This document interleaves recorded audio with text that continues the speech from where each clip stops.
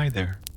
Tonight, we're starting the story of a brave young knight, a glowing castle hidden in a silent valley, and a mystery deeper than dreams. Before we begin, you can like the video and subscribe, only if you really enjoy it. Let me know in the comments where you're watching from and what time it is. I love seeing people from all over the world. Now, dim the lights, close your eyes if you want.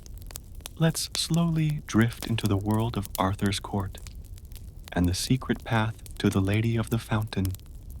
King Arthur was at Caerleon upon Usk, and one day he sat in his chamber, and with him were Owain, the son of Urien, and Kinon, the son of Clydno, and Kai, the son of Kinner, and Gwenhwyvar and her handmaidens at needlework by the window. And if it should be said that there was a porter at Arthur's palace, there was none. Glovelvid Gavelvaur was there, acting as porter, to welcome guests and strangers, and to receive them with honor, and to inform them of the manners and customs of the court, and to direct those who came to the hall or to the presence chamber, and those who came to take up their lodging. In the center of the chamber, King Arthur sat upon a seat of green rushes, over which was spread a covering of flame-colored satin, and a cushion of red satin was under his elbow. Then Arthur spoke. "If I thought you would not disparage me," said he, "I would sleep while I wait for my repast, and you can entertain one another with relating tales, and can obtain a flagon of mead and some meat from Kai."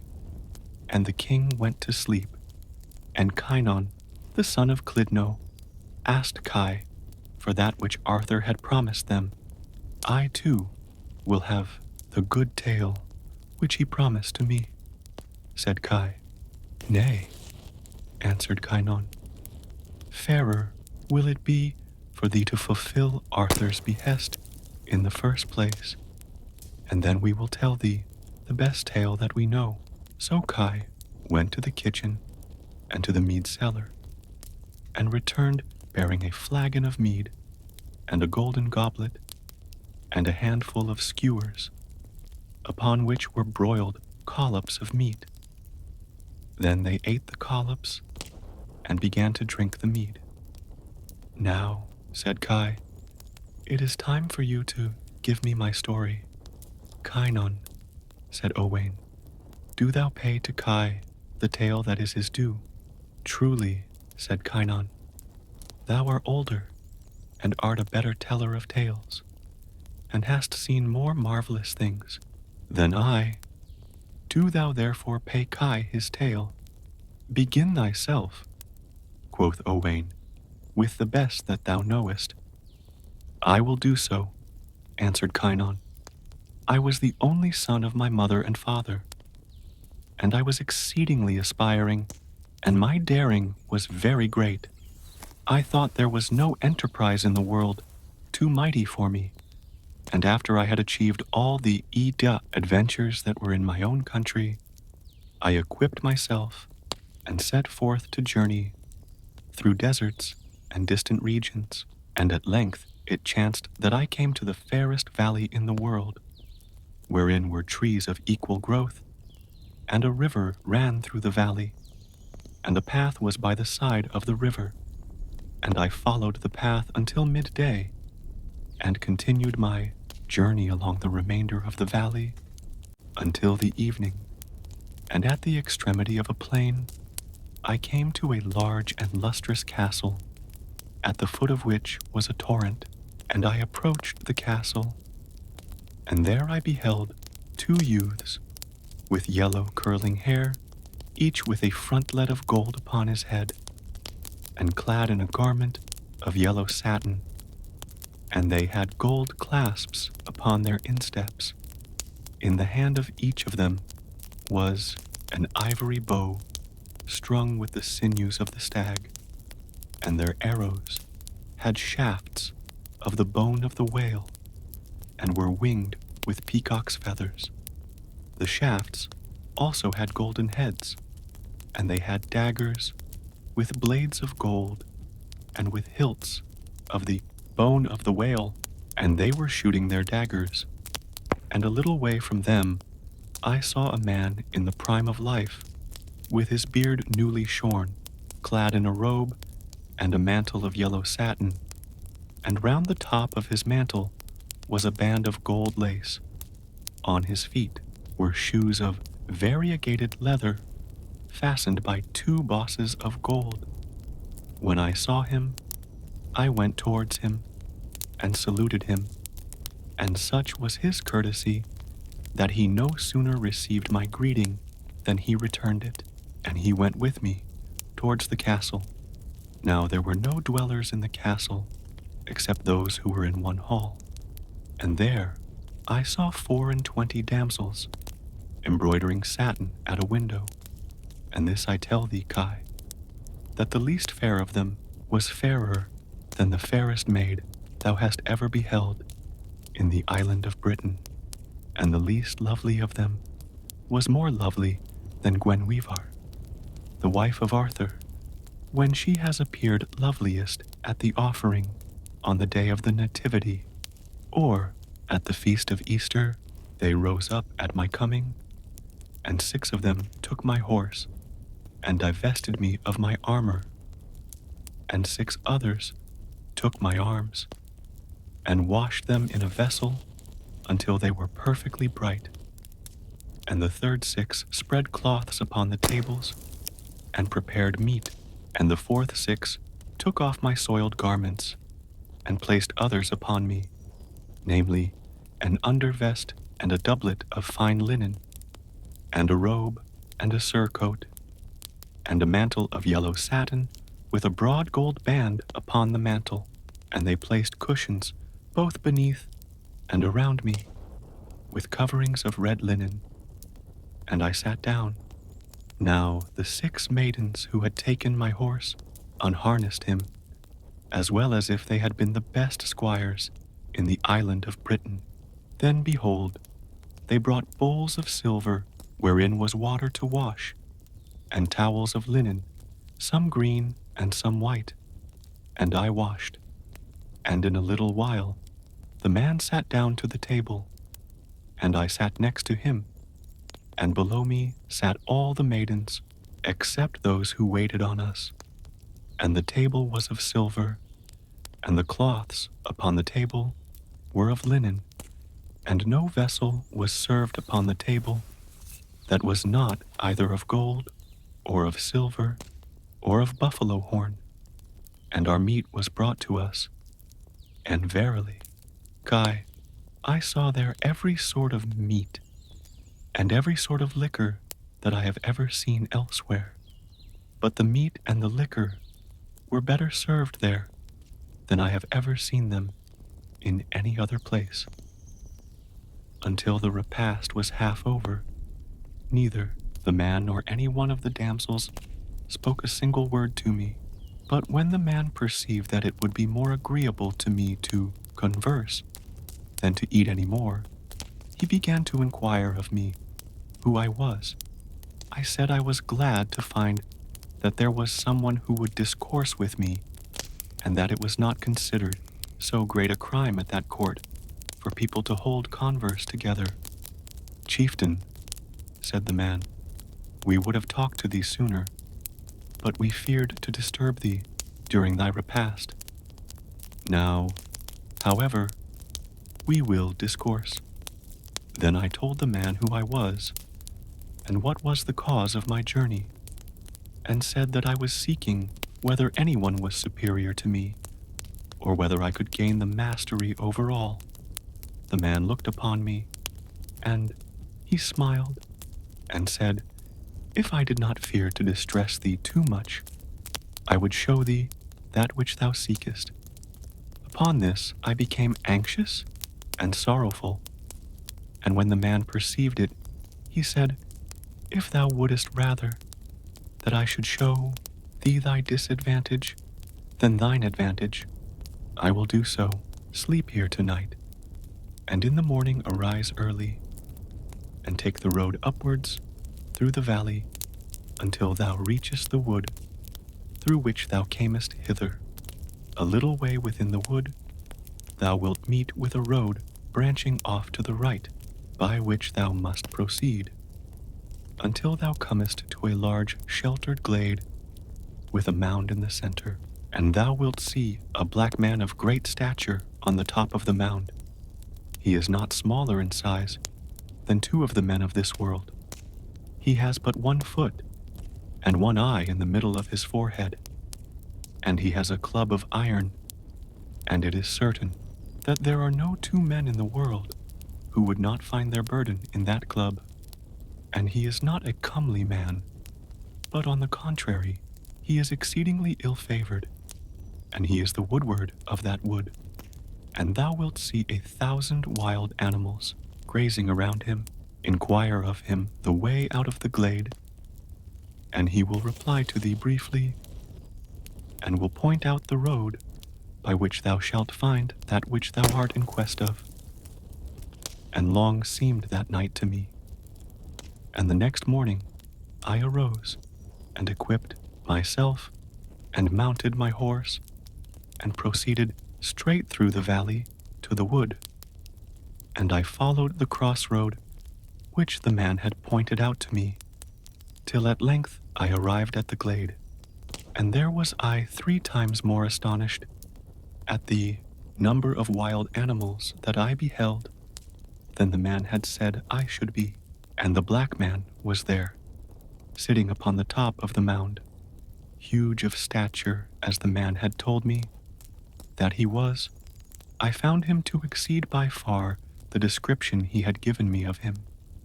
As for the iron club, which the man had told me was a burden for 2 men, I am certain, Kai, that it would be a heavy weight for 4 warriors to lift, and this was in the black man's hand, and he only spoke to me in answer to my questions. Then I asked him what power he held over those animals. I will show thee, little man, said he, and he took his club in his hand, and with it he struck a stag a great blow, so that he brayed vehemently, and at his braying the animals came together, as numerous as the stars in the sky, so that it was difficult for me to find room in the glade to stand among them. There were serpents and dragons and divers sorts of animals, and he looked at them and bade them go and feed, and they bowed their heads and did him homage as vassals to their lord. Then the black man said to me, Seest thou now, little man, what power I hold over these animals? Then I inquired of him the way, and he became very rough in his manner to me. However, he asked me whither I would go, and when I told him who I was and what I sought, he directed me. Take, said he, that path that leads towards the head of the glade, and ascend the wooded steep until thou comest to its summit. And there thou wilt find an open space, like to a large valley, and in the midst of it a tall tree, whose branches are greener than the greenest pine trees. Under this tree is a fountain, and by the side of the fountain a marble slab, and on the marble slab a silver bowl, attached by a chain of silver, so that it may not be carried away. Take the bowl, and throw a bowlful of water upon the slab, and thou wilt hear a mighty peal of thunder, so that thou wilt think that heaven and earth are trembling with its fury. With the thunder there will come a shower so severe that it will be scarce possible for thee to endure it and live. And the shower will be of hailstones, and after the shower the weather will become fair, but every leaf that was upon the tree will have been carried away by the shower. Then a flight of birds will come and a light upon the tree, and in thine own country thou didst never hear a strain so sweet as that which they will sing, and at the moment thou art most delighted with the song of the birds, thou wilt hear a murmuring and complaining coming towards thee along the valley, and thou wilt see a knight upon a coal-black horse, clothed in black velvet, and with a pennon of black linen upon his lance, and he will ride unto thee to encounter thee with the utmost speed. If thou fleest from him, he will overtake thee, and if thou abidest there, as sure as thou art a mounted knight, he will leave thee on foot, and if thou dost not find trouble in that adventure, thou needest not seek it during the rest of thy life. So I journeyed on until I reached the summit of the steep, and there I found everything as the black man had described it to me, and I went up to the tree, and beneath it I saw the fountain, and by its side the marble slab and the silver bowl fastened by the chain. Then I took the bowl and cast a bowlful of water upon the slab, and thereupon, behold, the thunder came, much more violent than the black man had led me to expect. And after the thunder came the shower, and of a truth I tell thee, Kai, that there is neither man nor beast that can endure that shower and live. For not one of those hailstones would be stopped, either by the flesh or by the skin, until it had reached the bone. I turned my horse's flank towards the shower, and placed the beak of my shield over his head and neck, while I held the upper part of it over my own head. And thus I withstood the shower. When I looked on the tree, there was not a single leaf upon it. And then the sky became clear, and with that, behold, the birds lighted upon the tree and sang. And truly, Kai, I never heard any melody equal to that, either before or since. And when I was most charmed with listening to the birds, lo, a murmuring voice was heard through the valley, approaching me and saying, O knight, what has brought thee hither? What evil have I done to thee, that thou shouldst act towards me and my possessions as thou hast this day? Dost thou not know that the shower today has left in my dominions neither man nor beast alive that was exposed to it? And thereupon, behold, a knight on a black horse appeared, clothed in jet black velvet, and with a tabard of black linen about him. And we charged each other, and as the onset was furious, it was not long before I was overthrown. Then the knight passed the shaft of his lance through the bridle rein of my horse, and rode off with the two horses, leaving me where I was.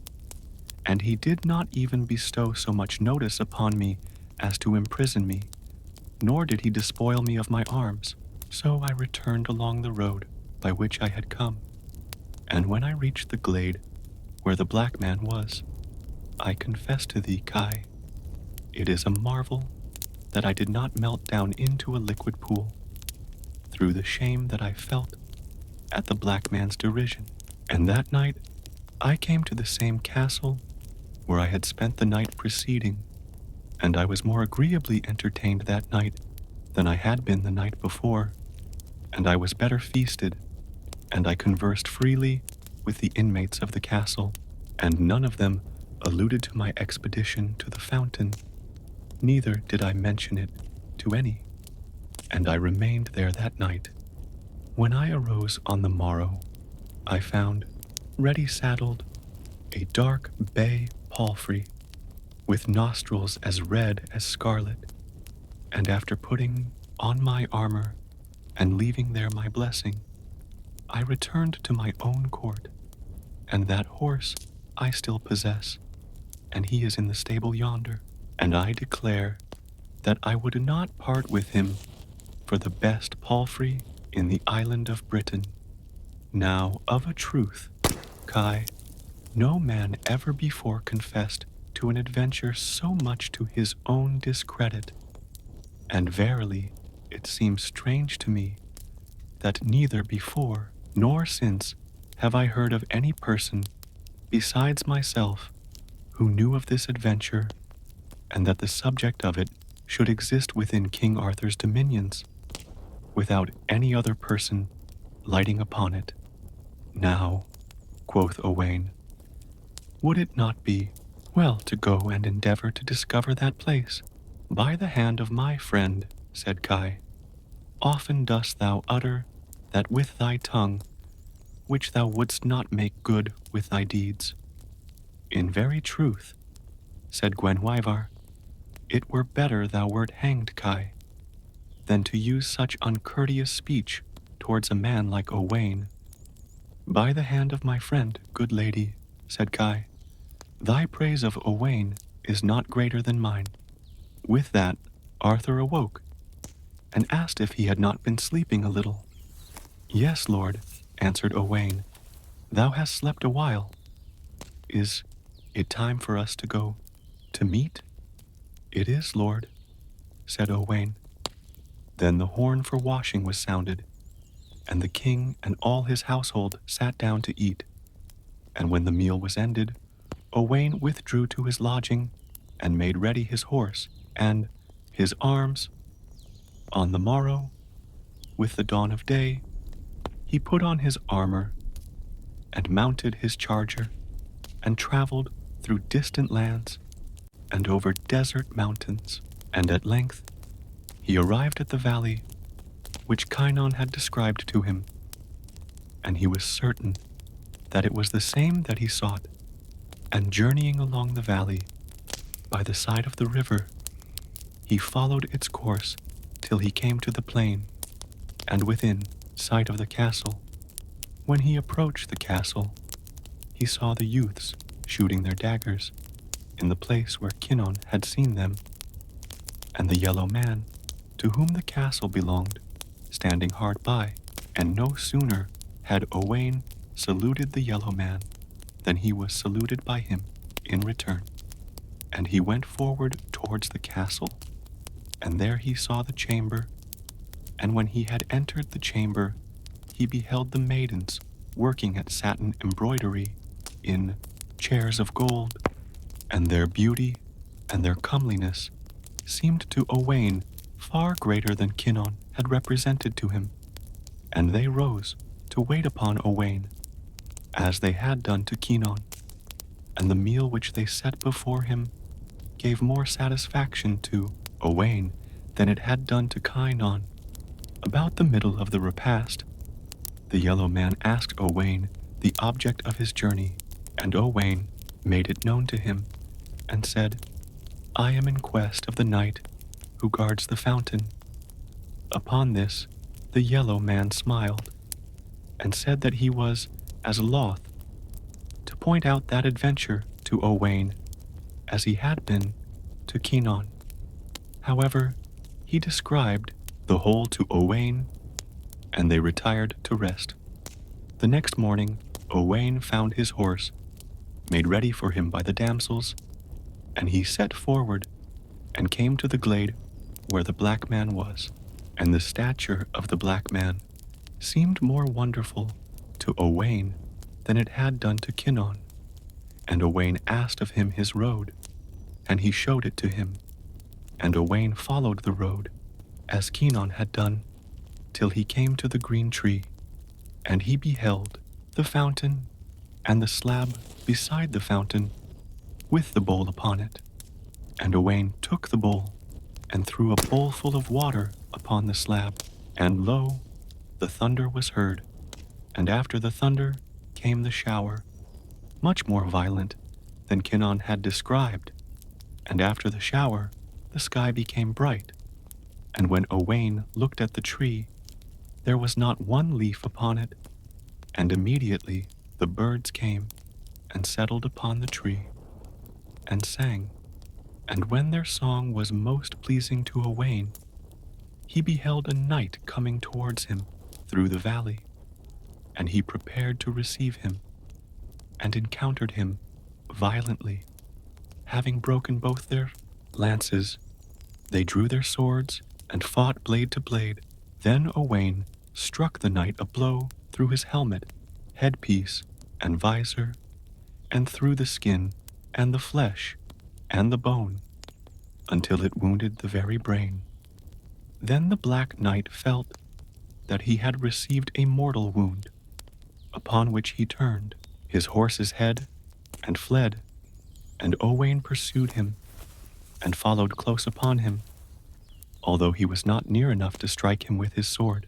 Thereupon, Owain descried a vast and resplendent castle, and they came to the castle gate, and the Black Knight was allowed to enter, and the portcullis was let fall upon Owain, and it struck his horse behind the saddle, and cut him in two, and carried away the rowels of the spurs that were upon Owain's heels, and the portcullis descended to the floor, and the rowels of the spurs and part of the horse were without, and Owain, with the other part of the horse, remained between the two gates, and the inner gate was closed, so that Owain could not go thence. And Owain was in a perplexing situation, and while he was in this state, he could see through an aperture in the gate a street facing him, with a row of houses on each side, and he beheld a maiden with yellow curling hair, and a frontlet of gold upon her head, and she was clad in a dress of yellow satin, and on her feet were shoes of variegated leather. And she approached the gate, and desired that it should be opened. "Heaven knows, lady," said Owain, "it is no more possible for me to open to thee from hence than it is for thee to set me free." "Truly," said the damsel, "it is very sad that thou canst not be released, and every woman ought to succor thee, for I never saw one more faithful in the service of ladies than thou. As a friend, thou art the most sincere, and as a lover, the most devoted.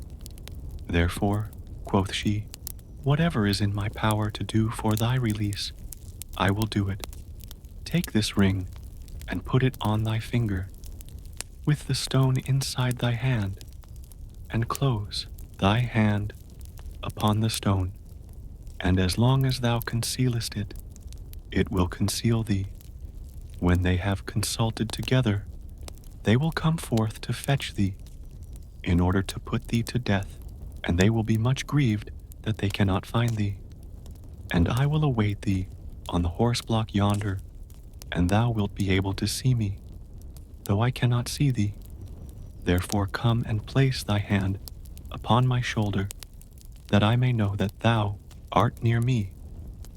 And by the way that I go hence, do thou accompany me." Then she went away from Owain, and he did all that the maiden had told him. And the people of the castle came to seek Owain, to put him to death. And when they found nothing but the half of his horse, they were sorely grieved.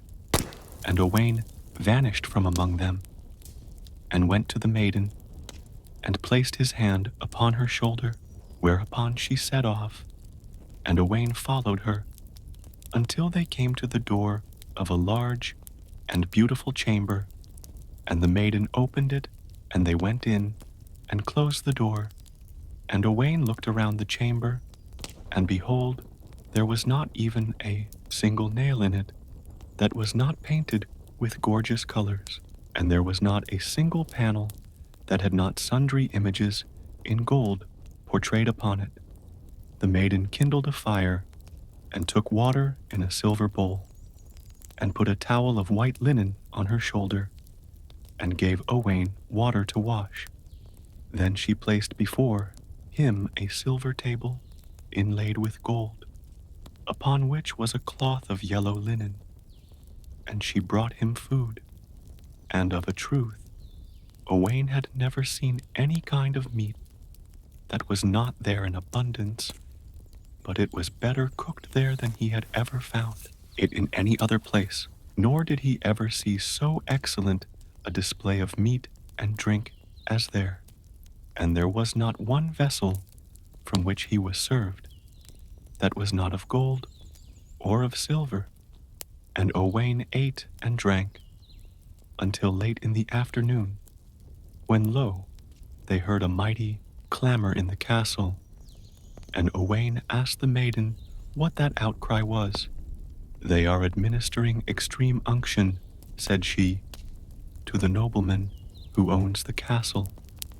And Owain went to sleep. The couch which the maiden had prepared for him was meet for Arthur himself. It was of scarlet, and fur, and satin, and sendal, and fine linen. In the middle of the night, they heard a woeful outcry. "What outcry again is this?" said Owain. "The nobleman who owned the castle is now dead," said the maiden. And a little after daybreak, they heard an exceeding loud clamor and wailing, and Owain asked the maiden what was the cause of it. "They are bearing to the church the body of the nobleman who owned the castle." And Owain rose up, and clothed himself, and opened a window of the chamber, and looked towards the castle, and he could see neither the bounds nor the extent of the hosts that filled the streets, and they were fully armed, and a vast number of women were with them, both on horseback and on foot, and all the ecclesiastics in the city singing.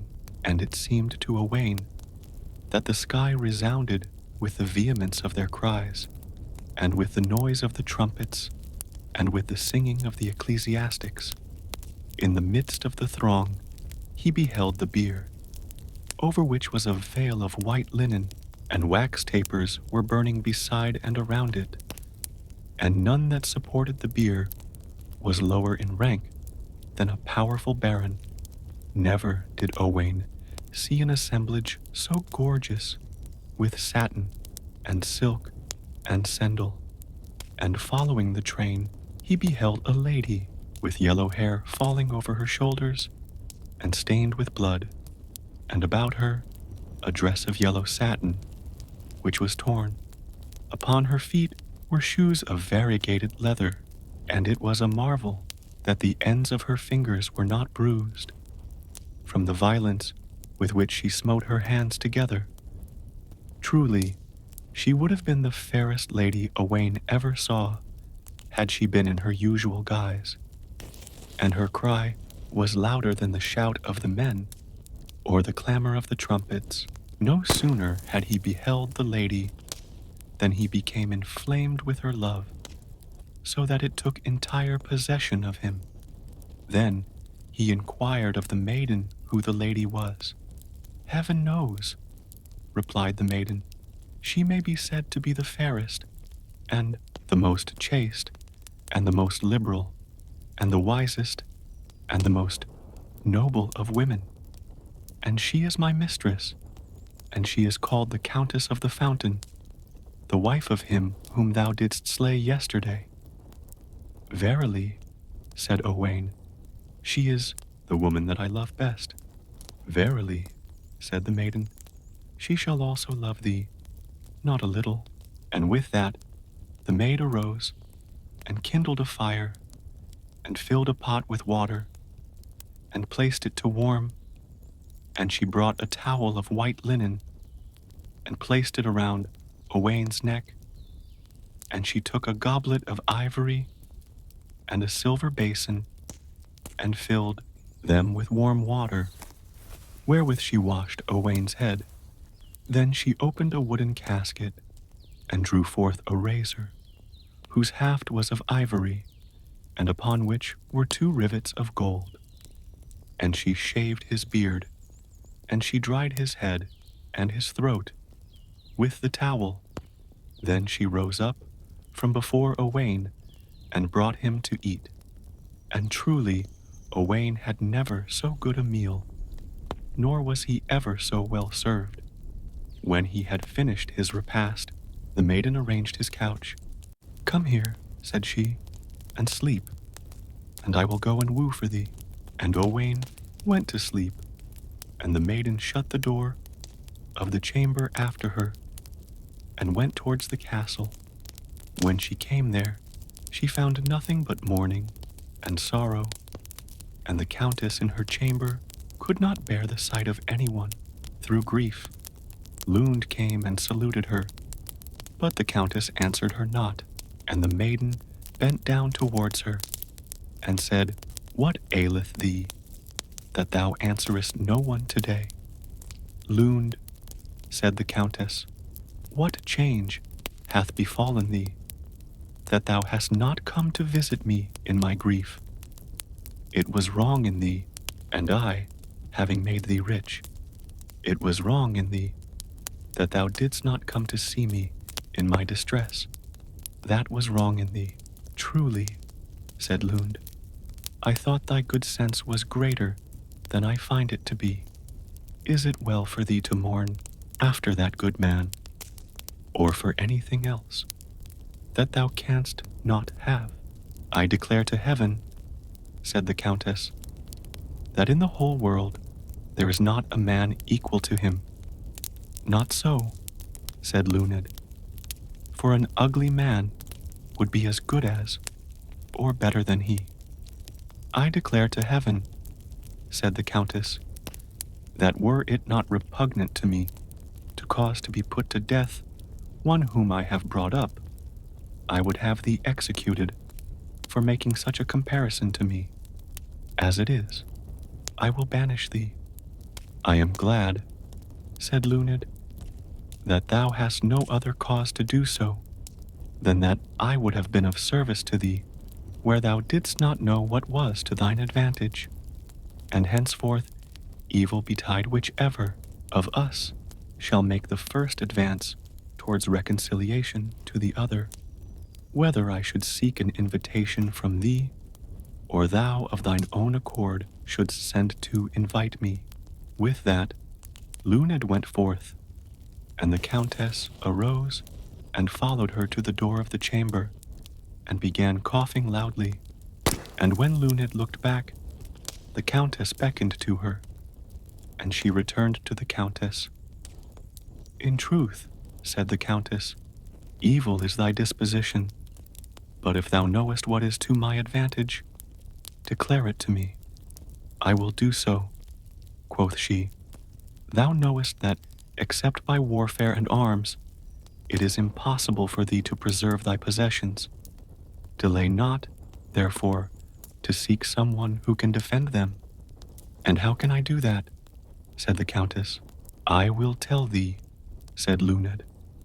"Unless thou canst defend the fountain, thou canst not maintain thy dominions, and no one can defend the fountain, except it be a knight of Arthur's household. And I will go to Arthur's court, and ill betide me if I return thence without a warrior who can guard the fountain as well as, or even better than, he who defended it formerly. That will be hard to perform," said the countess. "Go, however, and make proof of that which thou hast promised." Lund set out, under the pretense of going to Arthur's court, but she went back to the chamber where she had left Owain, and she tarried there with him as long as it might have taken her to have travelled to the court of King Arthur. And at the end of that time, she apparelled herself and went to visit the countess. And the countess was much rejoiced when she saw her, and inquired what news she brought from the court. "I bring thee the best of news," said Luned, "for I have compassed the object of my mission. When wilt thou that I should present to thee the chieftain who has come with me hither?" "Bring him here to visit me tomorrow, at midday," said the countess, "and I will cause the town to be assembled by that time."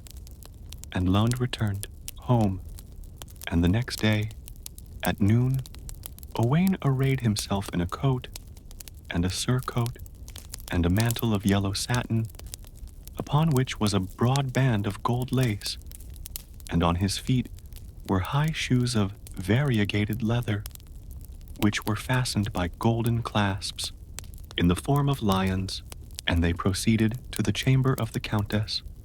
Right glad was the countess of their coming, and she gazed steadfastly upon Owain, and said, Lund, this knight has not the look of a traveller. What harm is there in that, lady? Said Lund. I am certain, said the countess, that no other man than this chased the soul from the body of my lord.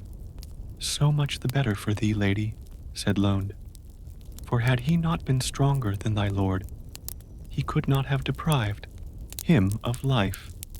There is no remedy for that which is past, be it as it may. Go back to thine abode, said the countess, and I will take counsel. The next day, the countess caused all her subjects to assemble, and showed them that her earldom was left defenseless, and that it could not be protected but with horse and arms and military skill.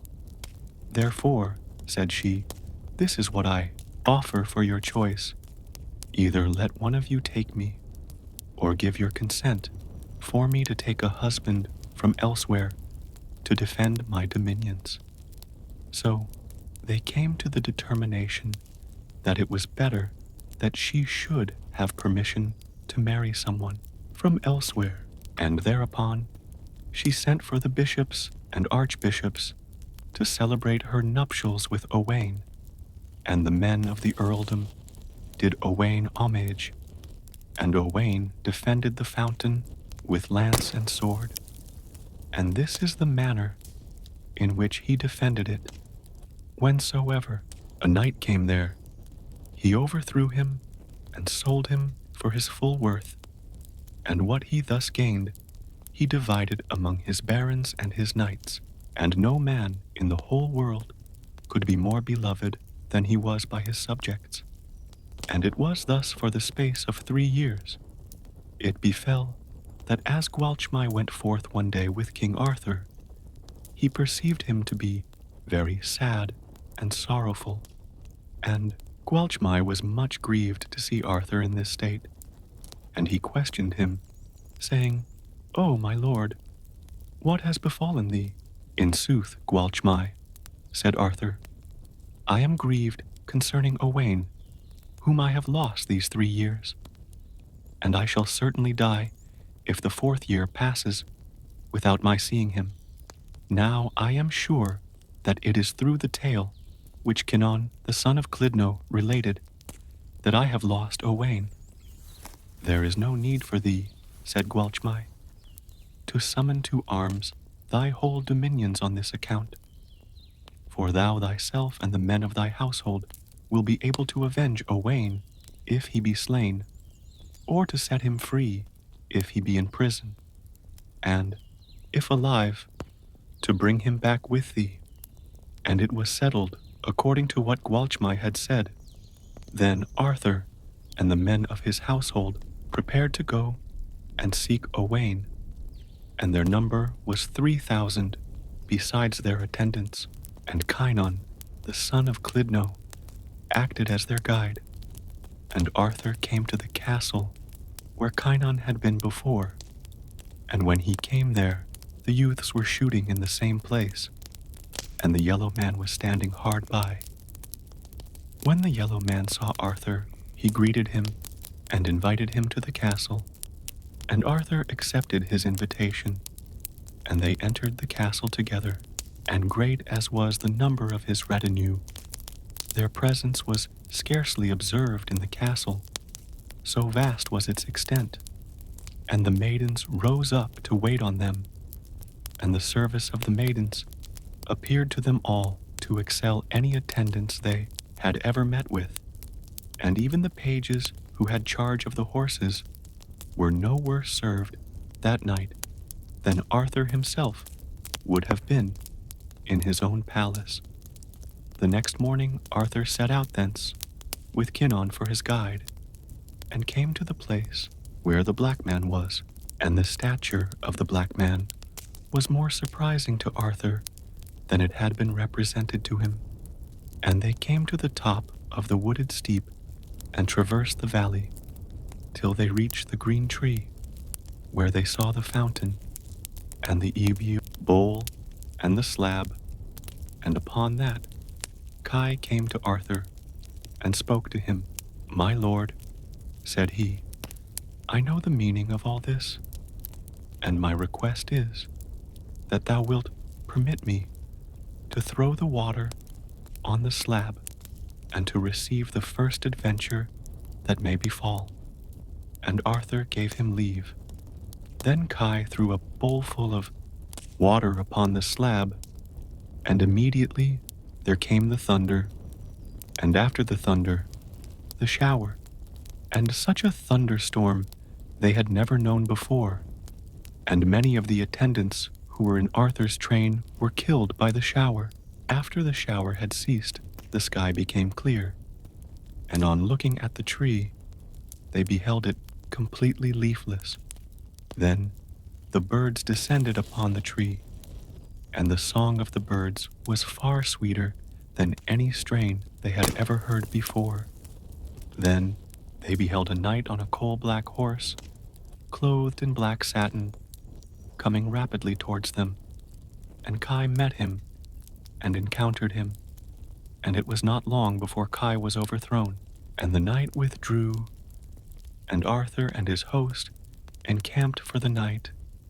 And when they arose in the morning, they perceived the signal of combat upon the lance of the knight. And Kai came to Arthur and spoke to him. "My lord," said he, "though I was overthrown yesterday, if it seem good to thee, I would gladly meet the knight again today." "Thou mayest do so," said Arthur. And Kai went towards the knight, and on the spot he overthrew Kai, and struck him with the head of his lance in the forehead, so that it broke his helmet and the headpiece, and pierced the skin and the flesh, the breadth of the spearhead, even to the bone. And Kai returned to his companions. After this, all the household of Arthur went forth, one after the other, to combat the knight, until there was not one that was not overthrown by him, except Arthur and Gwalchmai. And Arthur armed himself to encounter the knight. "O my lord," said Gwalchmai, "permit me to fight with him first." And Arthur permitted him, and he went forth to meet the knight, having over himself and his horse a satin robe of honor which had been sent him by the daughter of the Earl of Rangiu. And in this dress he was not known by any of the host, and they charged each other, and fought all that day until the evening, and neither of them was able to unhorse the other. The next day they fought with strong lances, and neither of them could obtain the mastery. And the third day they fought with exceeding strong lances, and they were incensed with rage, and fought furiously, even until noon, and they gave each other such a shock that the girths of their horses were broken, so that they fell over their horses' cruppers to the ground. And they rose up speedily, and drew their swords, and resumed the combat, and the multitude that witnessed their encounter felt assured that they had never before seen two men so valiant or so powerful. And had it been midnight, it would have been light from the fire that flashed from their weapons. And the knight gave Gwalchmai a blow that turned his helmet from off his face, so that the knight knew that it was Gwalchmai. Then Owain said, "My lord Gwalchmai, I did not know thee for my cousin, owing to the robe of honor that enveloped thee. Take my sword and my arms." Said Gwalchmai, "Thou, Owain, art the victor. Take thou my sword." And with that, Arthur saw that they were conversing, and advanced towards them. My lord Arthur, said Gwalchmai, here is Owain, who has vanquished me and will not take my arms. My lord, said Owain, it is he that has vanquished me, and he will not take my sword. Give me your swords, said Arthur, and then neither of you has vanquished the other. Then Owain put his arms around Arthur's neck, and they embraced, and all the host hurried forward to see Owain and to embrace him. And there was nigh being a loss of life, so great was the press, and they retired that night. And the next day Arthur prepared to depart. My lord, said Owain, this is not well of thee, for I have been absent from thee these 3 years, and during all that time, up to this very day, I have been preparing a banquet for thee, knowing that thou wouldst come to seek me. Tarry with me, therefore, until thou and thy attendants have recovered the fatigues of the journey and have been anointed. And they all proceeded to the castle of the Countess of the Fountain, and the banquet which had been 3 years preparing was consumed in 3 months. Never had they a more delicious or agreeable banquet. And Arthur prepared to depart. Then he sent an embassy to the Countess to beseech her to permit Owain to go with him for the space of 3 months, that he might show him to the nobles and the fair dames of the island of Britain. And the Countess gave her consent, although it was very painful to her. So Owain came with Arthur to the island of Britain, and when he was once more amongst his kindred and friends, he remained 3 years, instead of 3 months with them. And as Owain one day sat at meat in the city of Caerleon upon Usk, behold, a damsel entered upon a bay horse, with a curling mane and covered with foam, and the bridle, and so much as was seen of the saddle, were of gold. And the damsel was arrayed in a dress of yellow satin. And she came up to Owain and took the ring from off his hand. Thus, said she, shall be treated the deceiver, the traitor, the faithless, the disgraced, and the beardless. And she turned her horse's head and departed. Then his adventure came to Owain's remembrance, and he was sorrowful. And having finished eating, he went to his own abode and made preparations that night. And the next day he arose, but did not go to the court, but wandered to the distant parts of the earth and to uncultivated mountains. And he remained there until all his apparel was worn out, and his body was wasted away, and his hair was grown long. And he went about with the wild beasts, and fed with them, until they became familiar with him. But at length he grew so weak that he could no longer bear them company. Then he descended from the mountains to the valley, and came to a park that was the fairest in the world, and belonged to a widowed countess. One day the countess and her maidens went forth to walk by a lake that was in the middle of the park, and they saw the form of a man, and they were terrified. Nevertheless they went near him, and touched him, and looked at him, and they saw that there was life in him, though he was exhausted by the heat of the sun. And the countess returned to the castle, and took a flask full of precious ointment, and gave it to one of her maidens.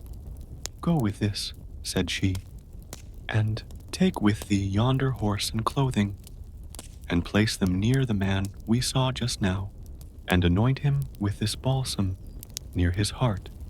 And if there is life in him, he will arise through the efficacy of this balsam. Then watch what he will do. And the maiden departed from her, and poured the whole of the balsam upon Owain, and left the horse and the garments hard by, and went a little way off and hid herself to watch him. In a short time she saw him begin to move his arms, and he rose up and looked at his person and became ashamed of the unseemliness of his appearance. Then he perceived the horse and the garments that were near him, and he crept forward till he was able to draw the garments to him from off the saddle, and he clothed himself, and with difficulty mounted the horse. Then the damsel discovered herself to him, and saluted him, and he was rejoiced when he saw her, and inquired of her what land and what territory that was. Truly, said the maiden, a widowed countess owns yonder castle. At the death of her husband, he left her 2 earldoms, but at this day she has but this one dwelling that has not been wrested from her by a young earl who is her neighbor, because she refused to become his wife. That is pity, said Owain. And he and the maiden proceeded to the castle, and he alighted there, and the maiden conducted him to a pleasant chamber, and kindled a fire, and left him. And the maiden came to the countess, and gave the flask into her hand. Ha, maiden, said the countess, where is all the balsam? Have I not used it all? Said she. O maiden, said the countess, I cannot easily forgive thee this. It is sad for me to have wasted 70 pounds worth of precious ointment upon a stranger whom I know not. However, maiden, wait thou upon him until he is quite recovered. And the maiden did so, and furnished him with meat and drink, and fire, and lodging, and medicaments, until he was well again, and in 3 months he was restored to his former guise, and became even more comely than he had ever been before. One day Owain heard a great tumult, and a sound of arms in the castle, and he inquired of the maiden the cause thereof. The earl, said she, whom I mentioned to thee, has come before the castle, with a numerous army, to subdue the countess. And Owain inquired of her whether the countess had a horse and arms in her possession. She has the best in the world, said the maiden. Wilt thou go and request the loan of a horse and arms for me, said Owain, that I may go and look at this army?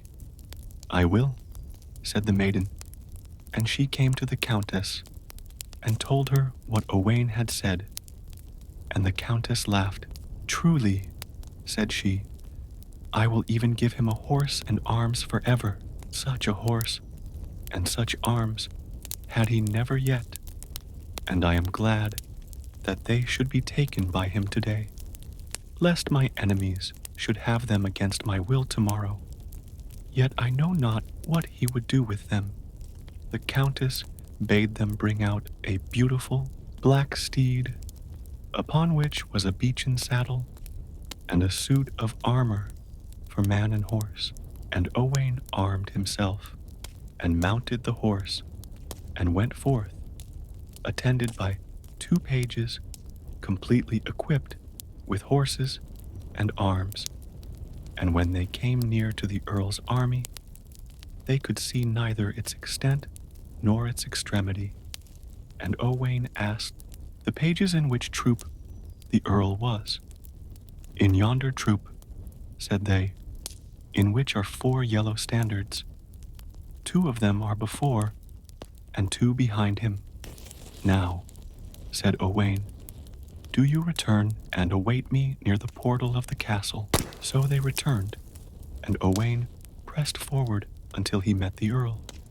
And Owain drew him completely out of his saddle, and turned his horse's head towards the castle. And though it was with difficulty, he brought the earl to the portal, where the pages awaited him, and in they came. And Owain presented the earl as a gift to the countess, and said to her, "Behold a requital to thee for thy blessed balsam." The army encamped around the castle, and the earl restored to the countess the 2 earldoms he had taken from her as a ransom for his life, and for his freedom he gave her the half of his own dominions, and all his gold, and his silver, and his jewels, besides hostages. And Owain took his departure, and the countess and all her subjects besought him to remain.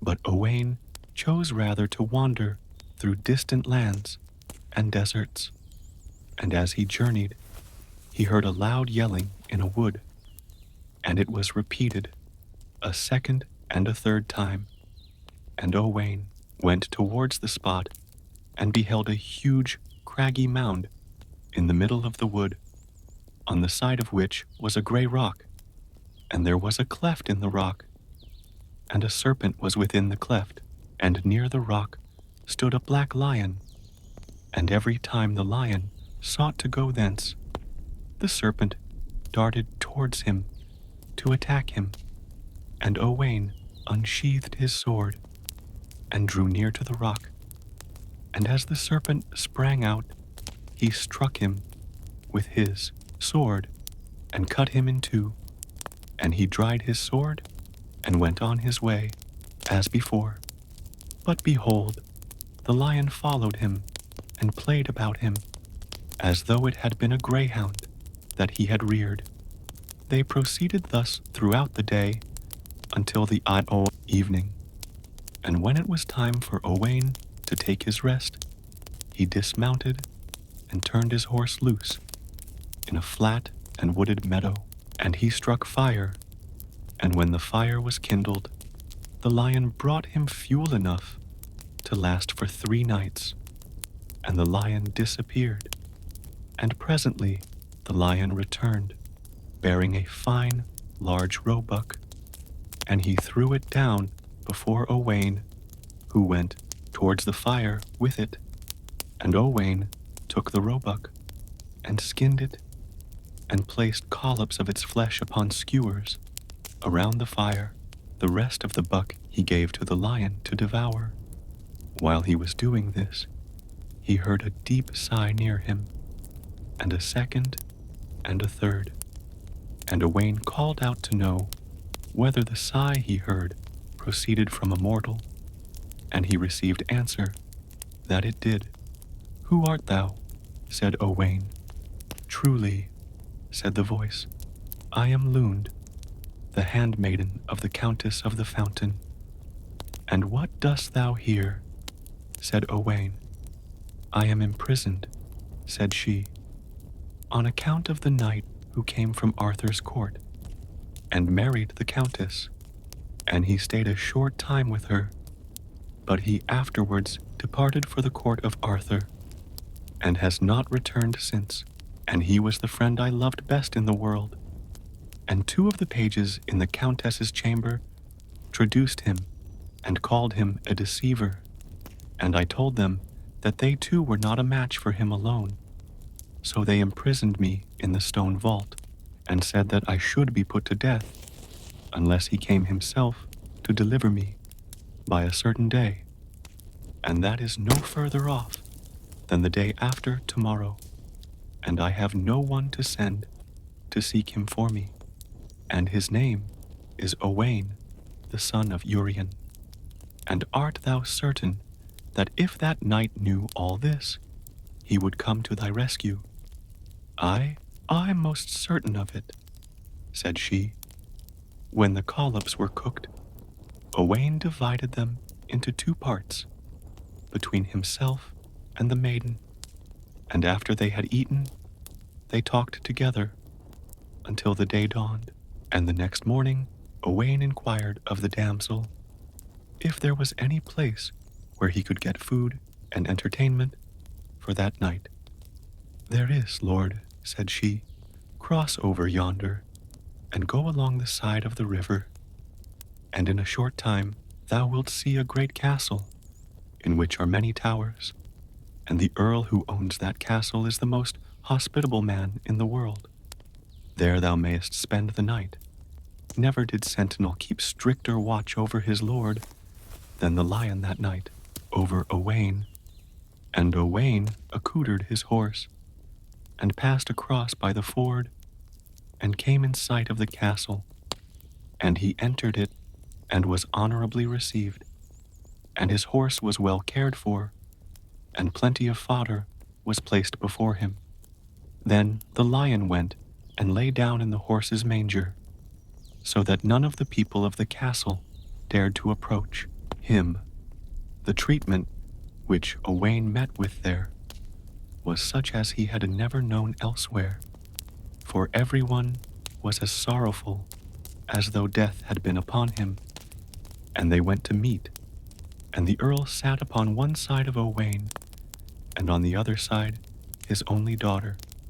And Owain had never seen any more lovely than she. Then the lion came and placed himself between Owain's feet, and he fed him with every kind of food that he took himself, and he never saw anything equal to the sadness of the people. In the middle of the repast, the earl began to bid Owain welcome. Then said Owain, "Behold, it is time for thee to be cheerful." "Heaven knows," said the earl, "that it is not thy coming that makes us sorrowful, but we have cause enough for sadness and care." "What is that?" said Owain. "I have 2 sons," replied the earl, "and yesterday they went to the mountains to hunt. Now there is on the mountain a monster who kills men and devours them, and he seized my sons, and tomorrow is the time he has fixed to be here, and he threatens that he will then slay my sons before my eyes, unless I will deliver into his hands this my daughter. He has the form of a man, but in stature he is no less than a giant." "Truly," said Owain, "that is lamentable. And which wilt thou do?" "Heaven knows," said the earl.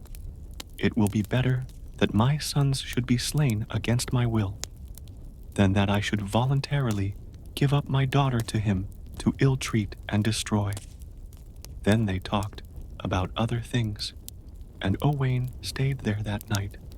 The next morning they heard an exceeding great clamor, which was caused by the coming of the giant with the 2 youths, and the earl was anxious both to protect his castle and to release his 2 sons. Then Owain put on his armor and went forth to encounter the giant, and the lion followed him. And when the giant saw that Owain was armed, he rushed towards him and attacked him, and the lion fought with the giant much more fiercely than Owain did. "Truly," said the giant, "I should find no difficulty in fighting with thee, were it not for the animal that is with thee."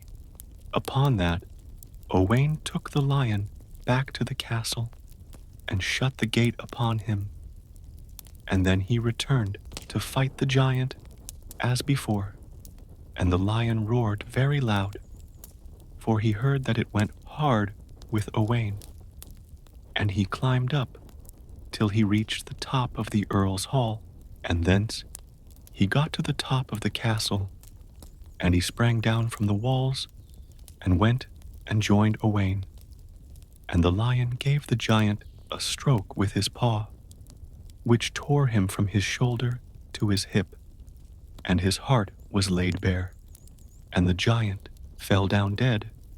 Then Owain restored the 2 youths to their father. The earl besought Owain to remain with him, and he would not, but set forward towards the meadow where Luned was.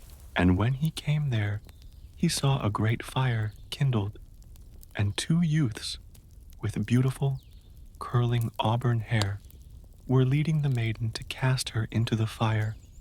And Owain asked them what charge they had against her, and they told him of the compact that was between them, as the maiden had done the night before. "And," said they, "Owain has failed her, Therefore we are taking her to be burnt. Truly, said Owain, he is a good knight, and if he knew that the maiden was in such peril, I marvel that he came not to her rescue. But if you will accept me in his stead, I will do battle with you. We will, said the youths, by him who made us. And they attacked Owain, and he was hard beset by them. And with that, the lion came to Owain's assistance, and they too got the better of the young men. And they said to him, Chieftain, it was not agreed that we should fight save with thyself alone, and it is harder for us to contend with yonder animal than with thee. And Owain put the lion in the place where the maiden had been imprisoned, and blocked up the door with stones. And he went to fight with the young men, as before. But Owain had not his usual strength, and the two youths pressed hard upon him, and the lion roared incessantly at seeing Owain in trouble. And he burst through the wall until he found a way out, and rushed upon the young men, and instantly slew them. So Lund was saved from being burned. Then Owain returned, with Lund, to the dominions of the Countess of the Fountain. And when he went thence, he took the Countess with him to Arthur's court, and she was his wife, as long as she lived. And then he took the road that led to the court of the savage black man.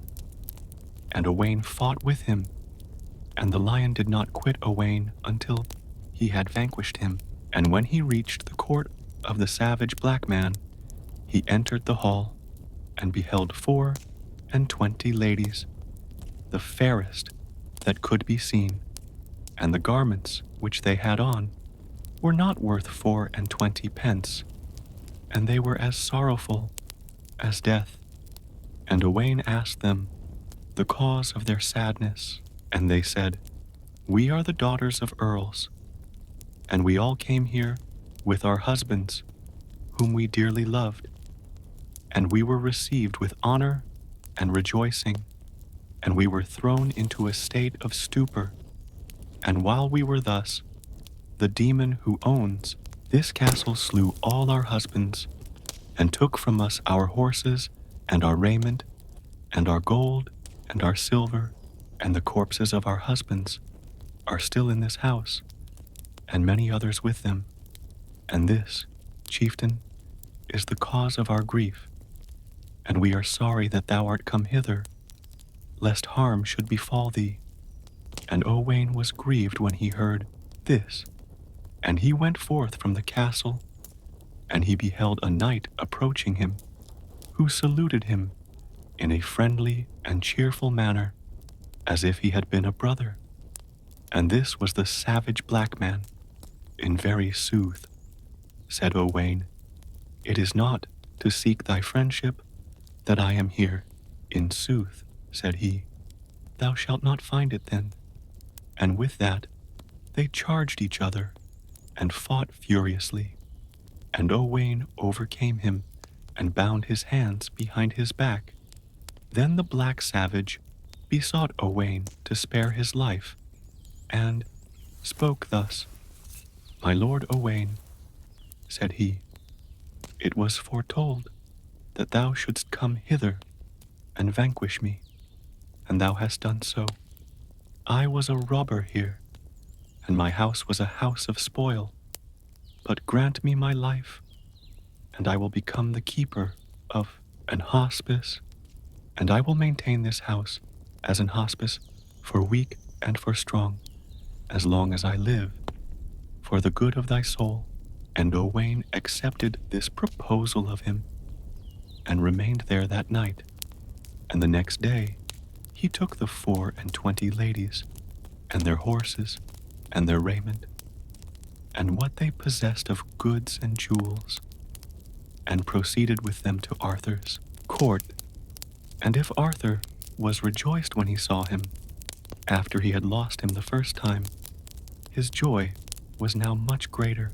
And of those ladies, such as wished to remain in Arthur's court remained there, and such as wished to depart departed, and thenceforward Owain dwelt at Arthur's court, greatly beloved as the head of his household, until he went away with his followers, and those were the army of 300 ravens, which Kenverchin had left him, and wherever Owain went with these, he was victorious. And this is the tale of the Lady of the Fountain. Peredur the son of Evrox. Earl Evrox owned the earldom of the north, and he had 7 sons.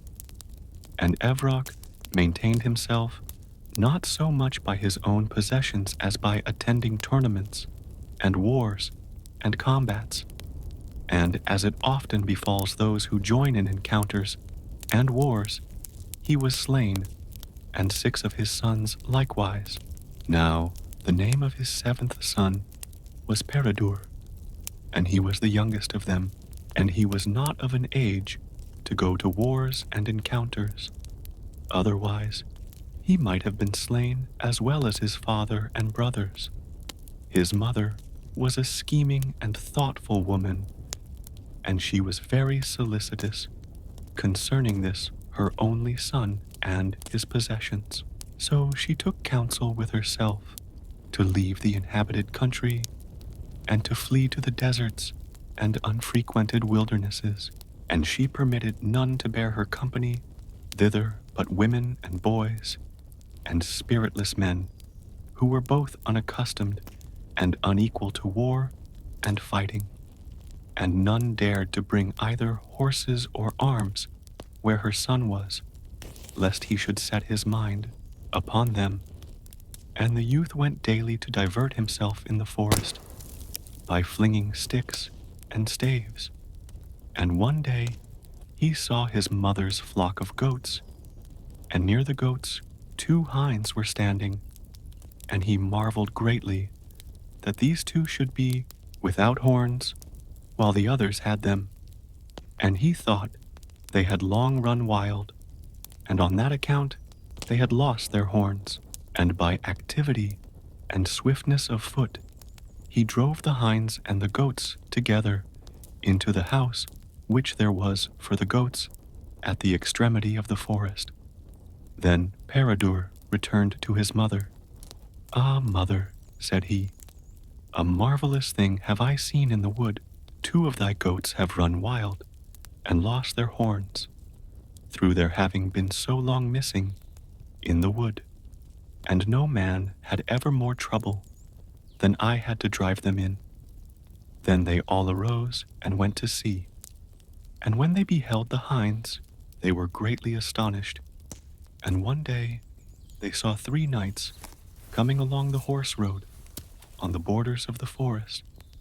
And the 3 knights were Gwalchmai the son of Gwyar, and Gener-Gwistel, and Owain the son of Urien.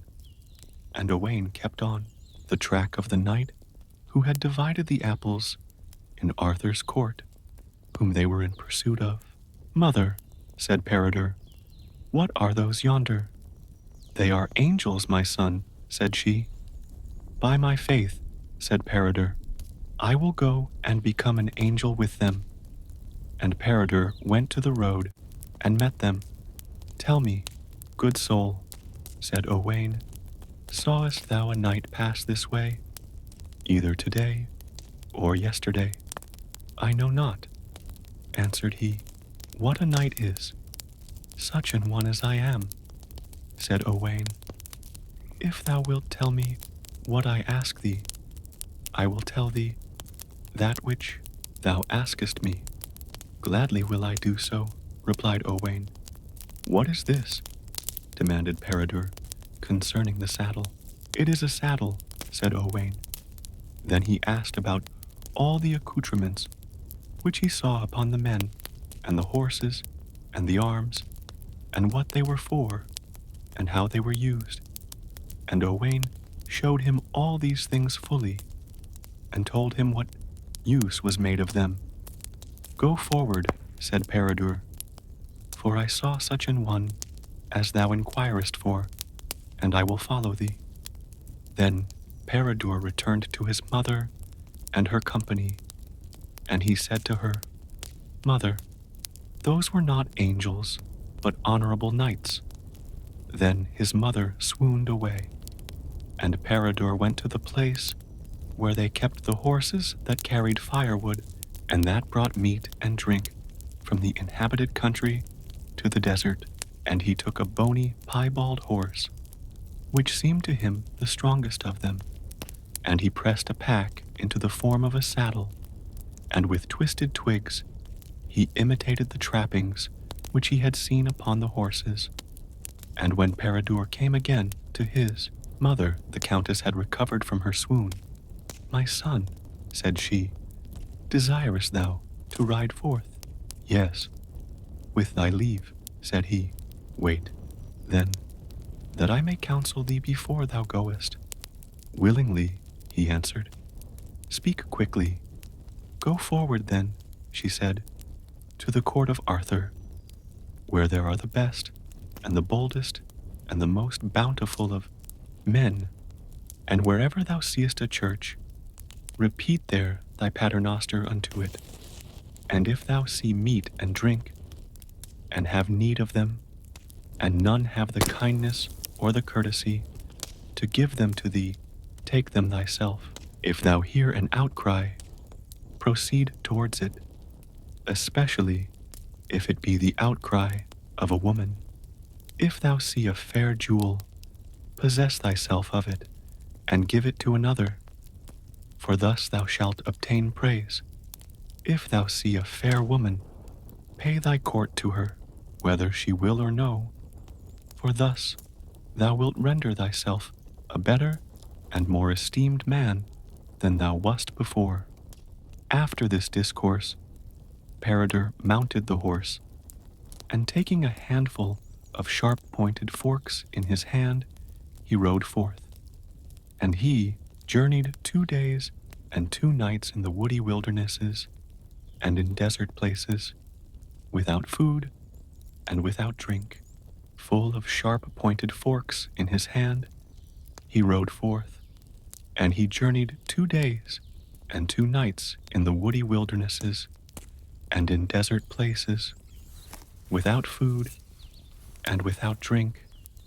And then he came to a vast wild wood, and far within the wood he saw a fair even glade, and in the glade he saw a tent, and the tent seeming to him to be a church, he repeated his paternoster to it, and he went towards it, and the door of the tent was open, and a golden chair was near the door, and on the chair sat a lovely auburn-haired maiden, with a golden frontlet on her forehead, and sparkling stones in the frontlet, and with a large gold ring on her hand.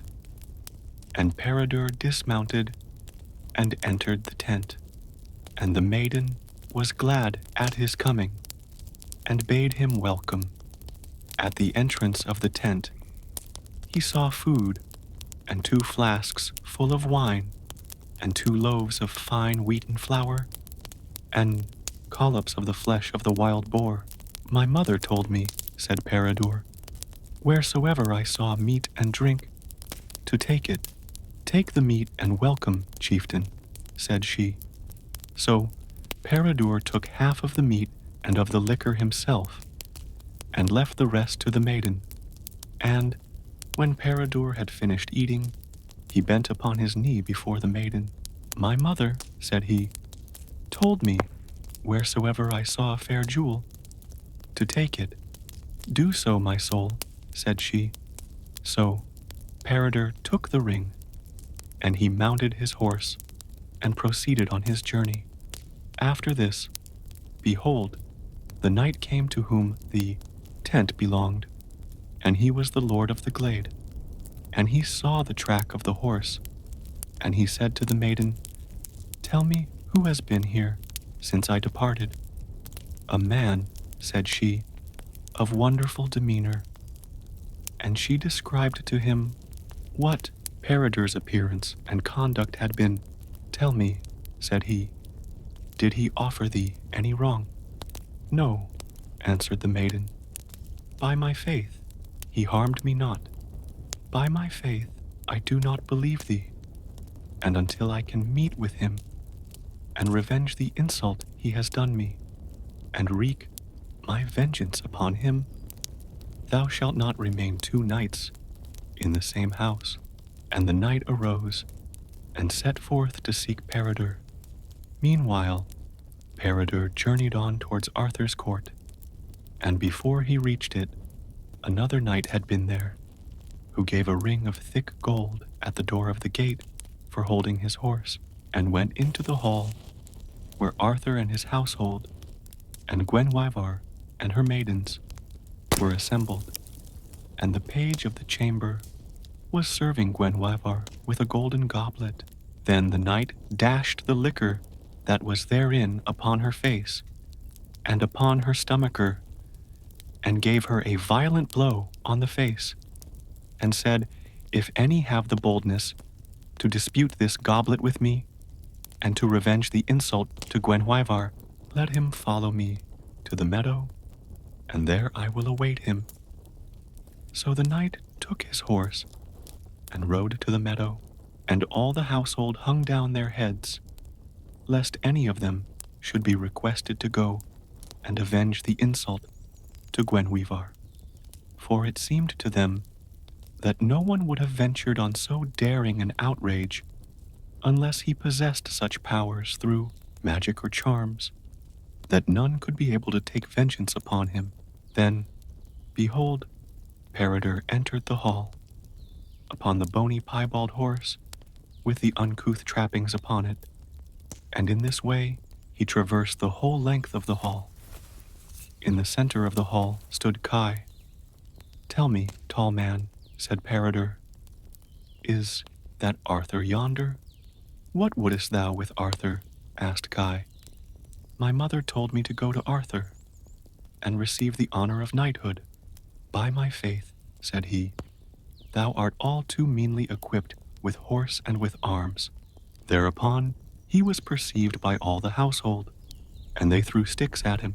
Then, behold, a dwarf came forward. He had already been a year at Arthur's court, both he and a female dwarf. They had craved harborage of Arthur, and had obtained it, and during the whole year neither of them had spoken a single word to anyone. When the dwarf beheld Peredur, Ha ha, said he, the welcome of heaven be unto thee, goodly Peredur, son of Evrox, the chief of warriors, and flower of knighthood.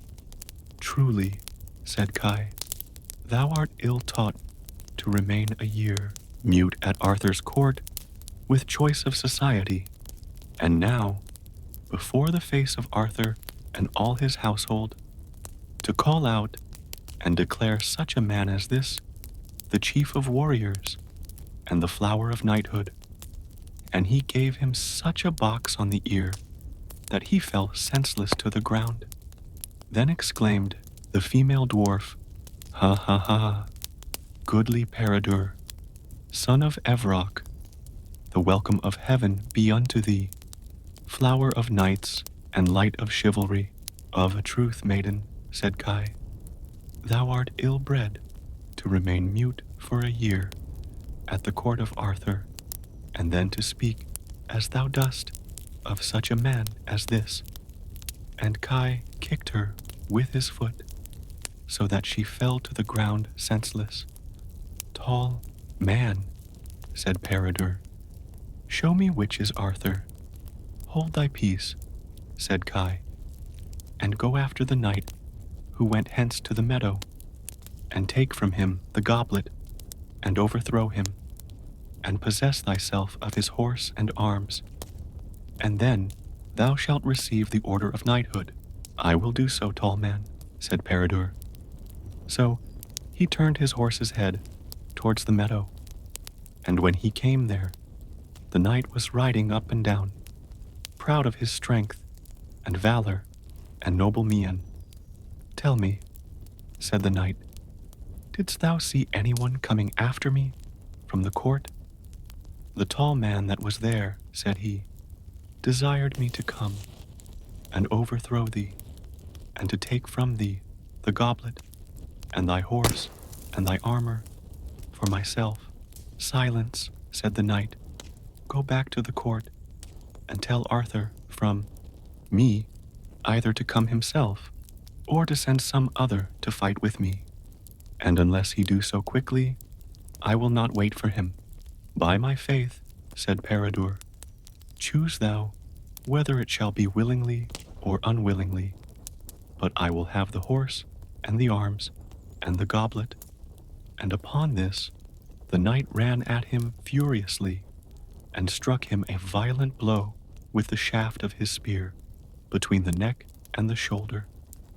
"Ha ha, lad," said Peredur, "my mother's servants were not used to play with me in this wise, therefore thus will I play with thee." And thereupon he struck him with a sharp-pointed fork, and it hit him in the eye, and came out at the up back of his neck, so that he instantly fell down lifeless. "Verily," said Owain the son of Urien to Kai, "thou wert ill-advised when thou didst send that madman after the knight, for one of two things must befall him. He must either be overthrown or slain. If he is overthrown by the knight, he will be counted by him to be an honorable person of the court, and an eternal disgrace will it be to Arthur and his warriors. And if he is slain, the disgrace will be the same, and moreover, his sin will be upon him. Therefore will I go to see what has befallen him." So Owain went to the meadow, and he found Peredur dragging the man about. "What art thou doing thus?" said Owain. "This iron coat," said Peredur, "will never come from off him, not by my efforts at any rate." And Owain unfastened his armor and his clothes. "Here, my good soul," said he, "is a horse and armor better than thine. Take them joyfully, and come with me to Arthur, to receive the order of knighthood, for thou dost merit it." "May I never show my face again if I go," said Peredur. "But take thou the goblet to Gwenhwyvar, and tell Arthur that wherever I am, I will be his vassal, and will do him what profit and service I am able, and say that I will not come to his court until I have encountered the tall man that is there, to revenge the injury he did to the dwarf and dwarfess." And Owain went back to the court, and related all these things to Arthur and Gwenhwyvar, and to all the household. And Peredur rode forward, and as he proceeded, behold, a knight met him. "Whence comest thou?" said the knight. "I come from Arthur's court," said Peredur. "Art thou one of his men?" asked he. "Yes, by my faith," he answered, "a good service truly is that of Arthur." "Wherefore sayest thou so?" said Peredur. "I will tell thee," said he. "I have always been Arthur's enemy, and all such of his men as I have ever encountered I have slain." And without further parlance they fought, and it was not long before Peredur brought him to the ground over his horse's crupper. Then the knight besought his mercy. "Mercy thou shalt have," said Peredur, "if thou wilt make oath to me that thou wilt go to Arthur's court, and tell him that it was I that overthrew thee for the honor of his service, and say that I will never come to the court until I have avenged the insult offered to the dwarf and dwarfess." The knight pledged him his faith of this, and proceeded to the court of Arthur, and said as he had promised, and conveyed the threat to Kai. And Peredur rode forward, and within that week he encountered 16 knights, and overthrew them all, shamefully, and they all went to Arthur's court, taking with them the same message which the first knight had conveyed from Peredur, and the same threat which he had sent to Kai. And thereupon Kai was reproved by Arthur, and Kai was greatly grieved thereat. And Peredur rode forward, and he came to a vast and desert wood, on the confines of which was a lake, and on the other side was a fair castle, and on the border of the lake he saw a venerable, hoary-headed man sitting upon a velvet cushion, and having a garment of velvet upon him, and his attendants were fishing in the lake. When the hoary-headed man beheld Peredur approaching, he arose and went towards the castle, and the old man was lame. Peredur rode to the palace, and the door was open, and he entered the hall. And there was the hoary-headed man sitting on a cushion, and a large blazing fire burning before him. And the household and the company arose to meet Peredur, and disarrayed him. And the man asked the youth to sit on the cushion, and they sat down and conversed together. When it was time, the tables were laid, and they went to meat. And when they had finished their meal, the man inquired of Peredur if he knew well how to fight with the sword. I know not, said Peredur, but were I to be taught, doubtless I should. Whoever can play well with the cudgel and shield will also be able to fight with a sword. And the man had 2 sons. The one had yellow hair, and the other auburn. Arise, youths, said he, and play with the cudgel and the shield. And so did they. Tell me, my soul, said the man, which of the youths thinkest thou plays best? I think, said Peredur, that the yellow-haired youth could draw blood from the other if he chose. Arise thou, my life, and take the cudgel and the shield from the hand of the youth with the auburn hair, and draw blood from the yellow-haired youth if thou canst. So Peredur arose and went to play with the yellow-haired youth, and he lifted up his arm and struck him such a mighty blow that his brow fell over his eye, and the blood flowed forth. Ah, my life, said the man, come now and sit down, for thou wilt become the best fighter with a sword of any in this island, and I am thy uncle, thy mother's brother, and with me shalt thou remain a space, in order to learn the manners and customs of different countries, and courtesy, and gentleness, and noble bearing. Leave then the habits and the discourse of thy mother, and I will be thy teacher, and I will raise thee to the rank of knight from this time forward, and thus do thou. If thou seest aught to cause thee wonder, ask not the meaning of it. If no one has the courtesy to inform thee, the reproach will not fall upon thee, but upon me that am thy teacher. And they had abundance of honor and service. And when it was time, they went to sleep. At the break of day, Peredur arose and took his horse, and with his uncle's permission, he rode forth, and he came to a vast desert wood, and at the further end of the wood was a meadow, and on the other side of the meadow he saw a large castle, and thitherward Peredur bent his way, and he found the gate open, and he proceeded to the hall, and he beheld a stately, hoary-headed man sitting on one side of the hall, and many pages around him, who arose to receive and to honor Peredur. And they placed him by the side of the owner of the palace.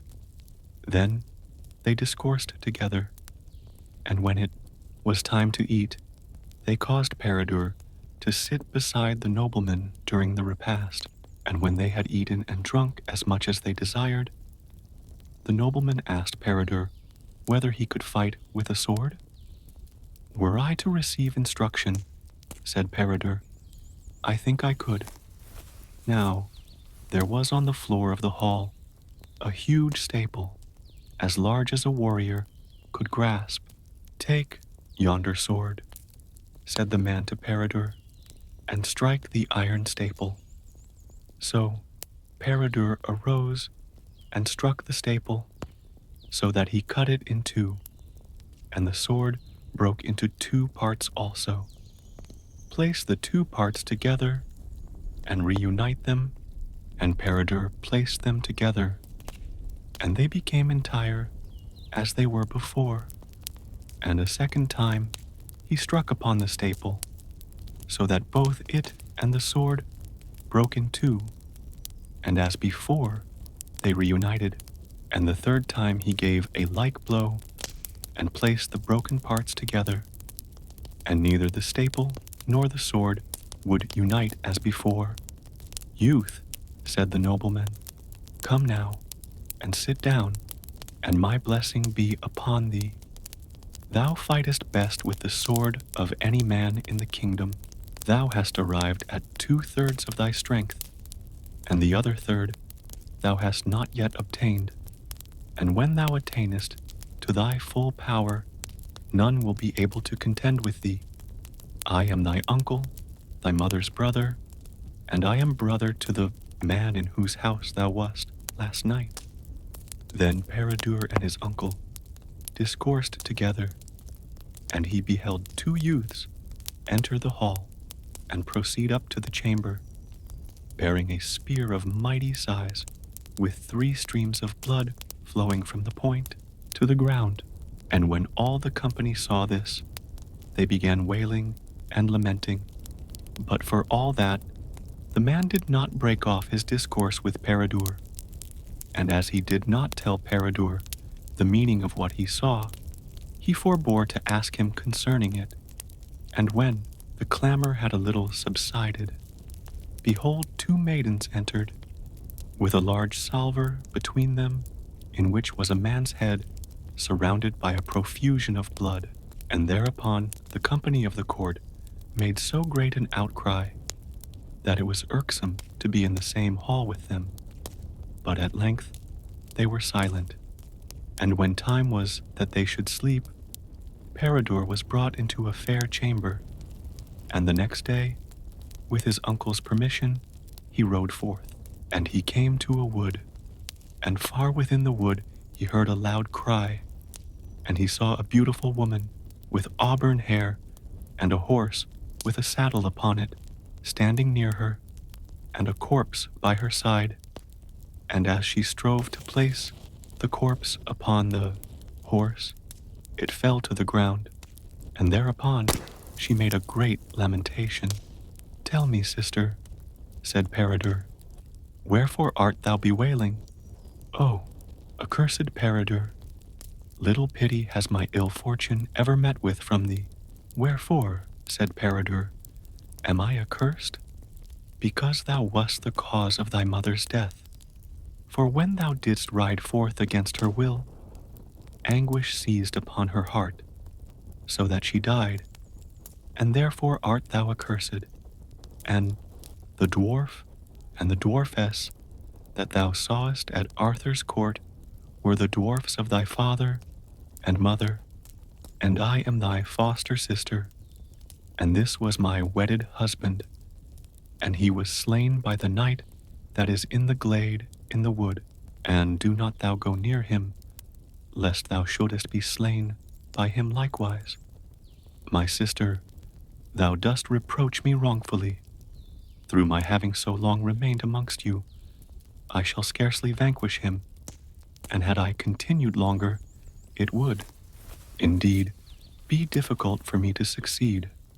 Cease, therefore, thy lamenting, for it is of no avail, and I will bury the body, and then I will go in quest of the knight, and see if I can do vengeance upon him. And when he had buried the body, they went to the place where the knight was, and found him riding proudly along the glade. And he inquired of Peredur whence he came.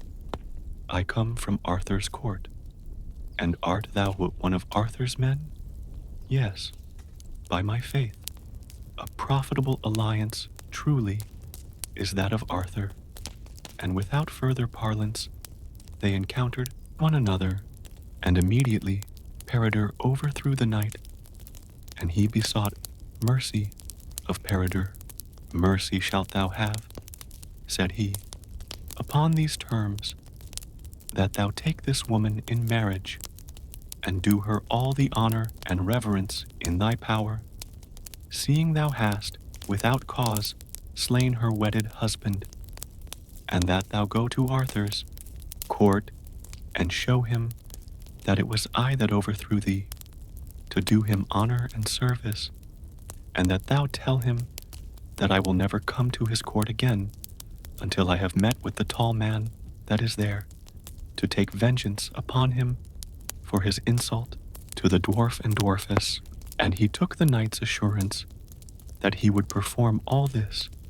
Then the knight provided the lady with a horse and garments that were suitable for her, and took her with him to Arthur's court. And he told Arthur all that had occurred, and gave the defiance to Kai. And Arthur and all his household reproved Kai for having driven such a youth as Peredur from his court. Said Owain, the son of Urien, this youth will never come into the court until Kai has gone forth from it. By my faith, said Arthur, I will search all the deserts in the island of Britain until I find Peredur, and then let him and his adversary do their utmost to each other. Then Peredur rode forward, and he came to a desert wood, where he saw not the track either of men or animals, and where there was nothing but bushes and weeds. And at the upper end of the wood he saw a vast castle, wherein were many strong towers. And when he came near the gate, he found the weeds taller than he had seen them elsewhere, and he struck the gate with the shaft of his lance, and thereupon, behold, a lean, auburn-haired youth came to an opening in the battlements. Choose thou, chieftain, said he, whether shall I open the gate unto thee, or shall I announce unto those that are chief, that thou art at the gateway? Say that I am here, said Peredur, and if it is desired that I should enter, I will go in. And the youth came back, and opened the gate for Peredur. And when he went into the hall, he beheld 18 youths, lean and red-headed, of the same height, and of the same aspect, and of the same dress, and of the same age as the one who had opened the gate for him. And they were well skilled in courtesy and in service, and they disarrayed him. Then they sat down to discourse. Thereupon, behold, 5 maidens came from the chamber into the hall, and Peredur was certain that he had never seen another of so fair an aspect as the chief of the maidens. And she had an old garment of satin upon her, which had once been handsome, but was then so tattered that her skin could be seen through it, and whiter was her skin than the bloom of crystal, and her hair and her 2 eyebrows were blacker than jet, and on her cheeks were 2 red spots, redder than whatever is reddest. And the maiden welcomed Peredur, and put her arms about his neck, and made him sit down beside her. Not long after this, he saw 2 nuns enter, and a flask full of wine was borne by one, and 6 loaves of white bread by the other. Lady, said they, heaven is witness that there is not so much of food and liquor as this left in yonder convent this night. Then they went to meat, and Peredur observed that the maiden wished to give more of the food and of the liquor to him than to any of the others. My sister, said Peredur. I will share out the food and the liquor. Not so, my soul, said she, by my faith, but I will. So Peredur took the bread, and he gave an equal portion of it to each alike, as well as a cup full of the liquor. And when it was time for them to sleep, a chamber was prepared for Peredur, and he went to rest. Behold, sister, said the youths to the fairest and most exalted of the maidens, we have counsel for thee. What may it be? She inquired. Go to the youth that is in the upper chamber, and offer to become his wife, or the lady of his love, if it seem well to him. That were indeed unfitting, said she. Hitherto I have not been the lady love of any knight, and to make him such an offer before I am wooed by him, that truly can I not do.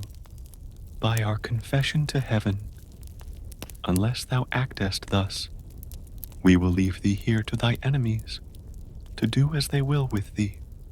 And through fear of this, the maiden went forth, and shedding tears, she proceeded to the chamber. And with the noise of the door opening, Peredur awoke, and the maiden was weeping and lamenting. Tell me, my sister, said Peredur, wherefore dost thou weep?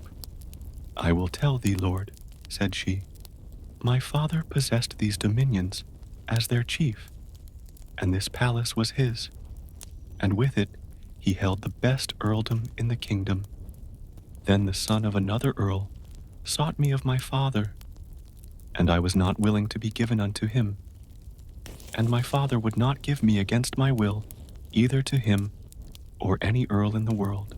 And my father had no child except myself. And after my father's death, these dominions came into my own hands.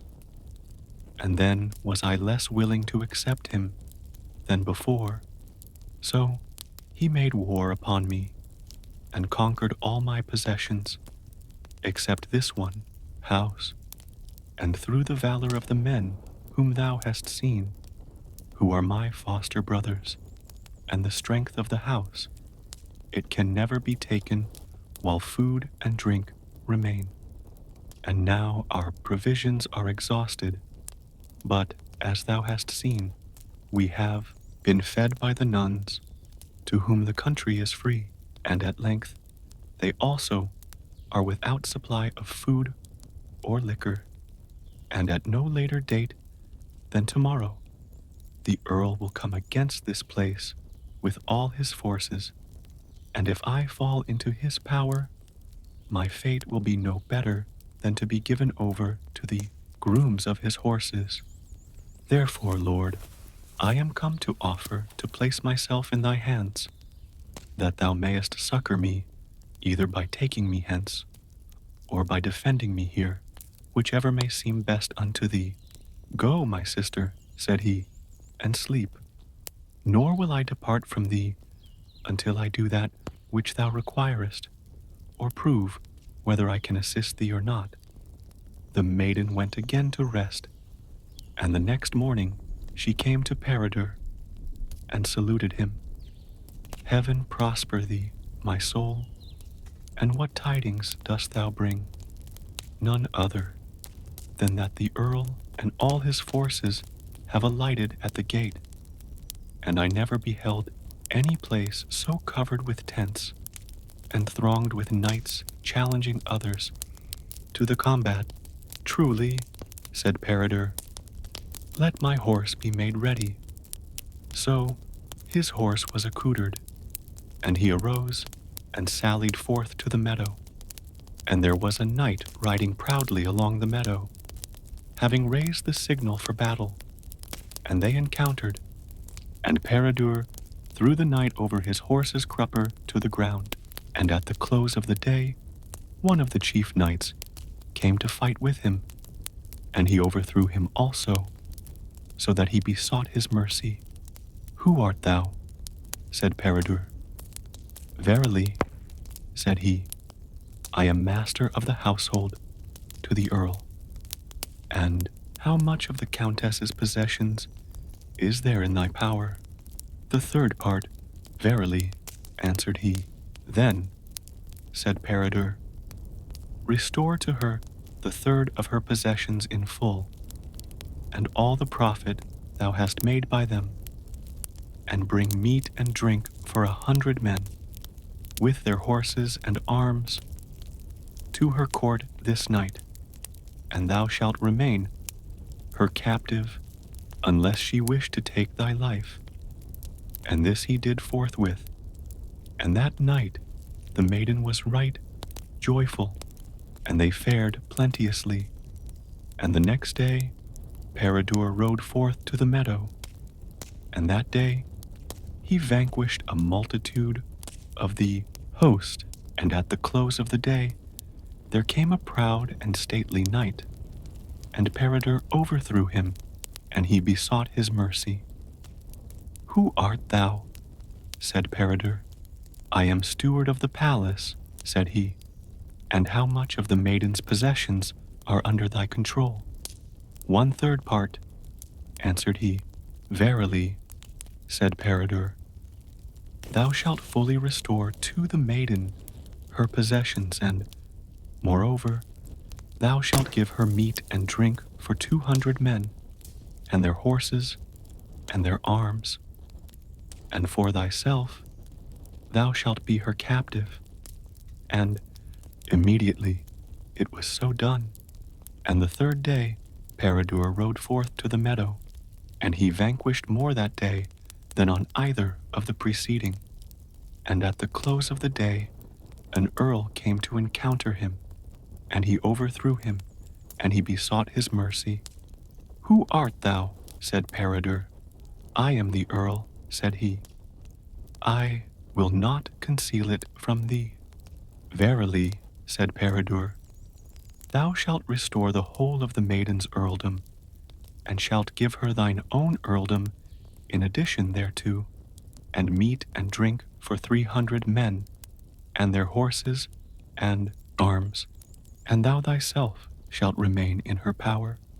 And thus it was fulfilled, and Peredur tarried 3 weeks in the country, causing tribute and obedience to be paid to the maiden, and the government to be placed in her hands. With thy leave, said Peredur, I will go hence. Verily, my brother, desirest thou this? Yes, by my faith, and had it not been for love of thee, I should not have been here thus long. My soul, said she, who art thou? I am Peredur, the son of Evrock from the north, and if ever thou art in trouble or in danger, acquaint me therewith, and if I can, I will protect thee. So Peredur rode forth, and far thence there met him a lady, mounted on a horse that was lean and covered with sweat, and she saluted the youth. Whence comest thou, my sister? Then she told him the cause of her journey. Now she was the wife of the lord of the glade. Behold, said he, I am the knight through whom thou art in trouble, and he shall repent it who has treated thee thus. Thereupon, behold, a knight rode up, and he inquired of Peredur if he had seen a knight such as he was seeking. Hold thy peace, said Peredur. I am he whom thou seekest, and by my faith thou deservest ill of thy household for thy treatment of the maiden, for she is innocent concerning me. So they encountered, and they were not long in combat ere Peredur overthrew the knight, and he besought his mercy. Mercy thou shalt have, said Peredur, so thou wilt return by the way thou camest, and declare that thou holdest the maiden innocent, and so that thou wilt acknowledge unto her the reverse thou hast sustained at my hands. And the knight plighted him his faith thereto. Then Peredur rode forward, and above him he beheld a castle, and thitherward he went, and he struck upon the gate with his lance, and then, behold, a comely, auburn-haired youth opened the gate, and he had the stature of a warrior and the years of a boy. And when Peredur came into the hall, there was a tall and stately lady sitting in a chair, and many handmaidens around her. And the lady rejoiced at his coming. And when it was time, they went to meat. And after their repast was finished, "It were well for thee, chieftain," said she, "to go elsewhere to sleep." "Wherefore can I not sleep here?" said Peredur. "9 sorceresses are here, my soul, of the sorceresses of Gloucester, and their father and their mother are with them, and unless we can make our escape before daybreak, we shall be slain. And already they have conquered and laid waste all the country, except this one dwelling." "Behold," said Peredur, "I will remain here tonight, and if you are in trouble, I will do you what service I can, but harm shall you not receive from me." So they went to rest, and with the break of day, Peredur heard a dreadful outcry, and he hastily arose, and went forth in his vest and his doublet, with his sword about his neck, and he saw a sorceress overtake one of the watch, who cried out violently. Peredur attacked the sorceress, and struck her upon the head with his sword, so that he flattened her helmet and her headpiece like a dish upon her head. "Thy mercy, goodly Peredur, son of Avrock, and the mercy of heaven. How knowest thou, hag, that I am Peredur, by destiny, and the foreknowledge that I should suffer harm from thee? And thou shalt take a horse and armor of me, and with me thou shalt go to learn chivalry and the use of thy arms." Said Peredur, "Thou shalt have mercy. If thou pledge thy faith, thou wilt never more injure the dominions of the Countess." And Peredur took surety of this, and with permission of the Countess, he set forth with the sorceress to the palace of the sorceresses, and there he remained for 3 weeks. And then he made choice of a horse and arms, and went his way. And in the evening he entered a valley, and at the head of the valley he came to a hermit's cell, and the hermit welcomed him gladly, and there he spent the night. And in the morning he arose, and when he went forth, behold, a shower of snow had fallen the night before, and a hawk had killed a wild fowl in front of the cell, and the noise of the horse scared the hawk away, and a raven alighted upon the bird. And Peredur stood and compared the blackness of the raven and the whiteness of the snow and the redness of the blood to the hair of the lady that best he loved, which was blacker than jet, and to her skin, which was whiter than the snow, and to the 2 red spots upon her cheeks, which were redder than the blood upon the snow appeared to be. Now Arthur and his household were in search of Peredur. "Know ye," said Arthur, "who is the knight with the long spear that stands by the brook up yonder?" "Lord," said one of them, "I will go and learn who he is." So the youth came to the place where Peredur was, and asked him what he did thus, and who he was. And from the intensity with which he thought upon the lady whom best he loved, he gave him no answer.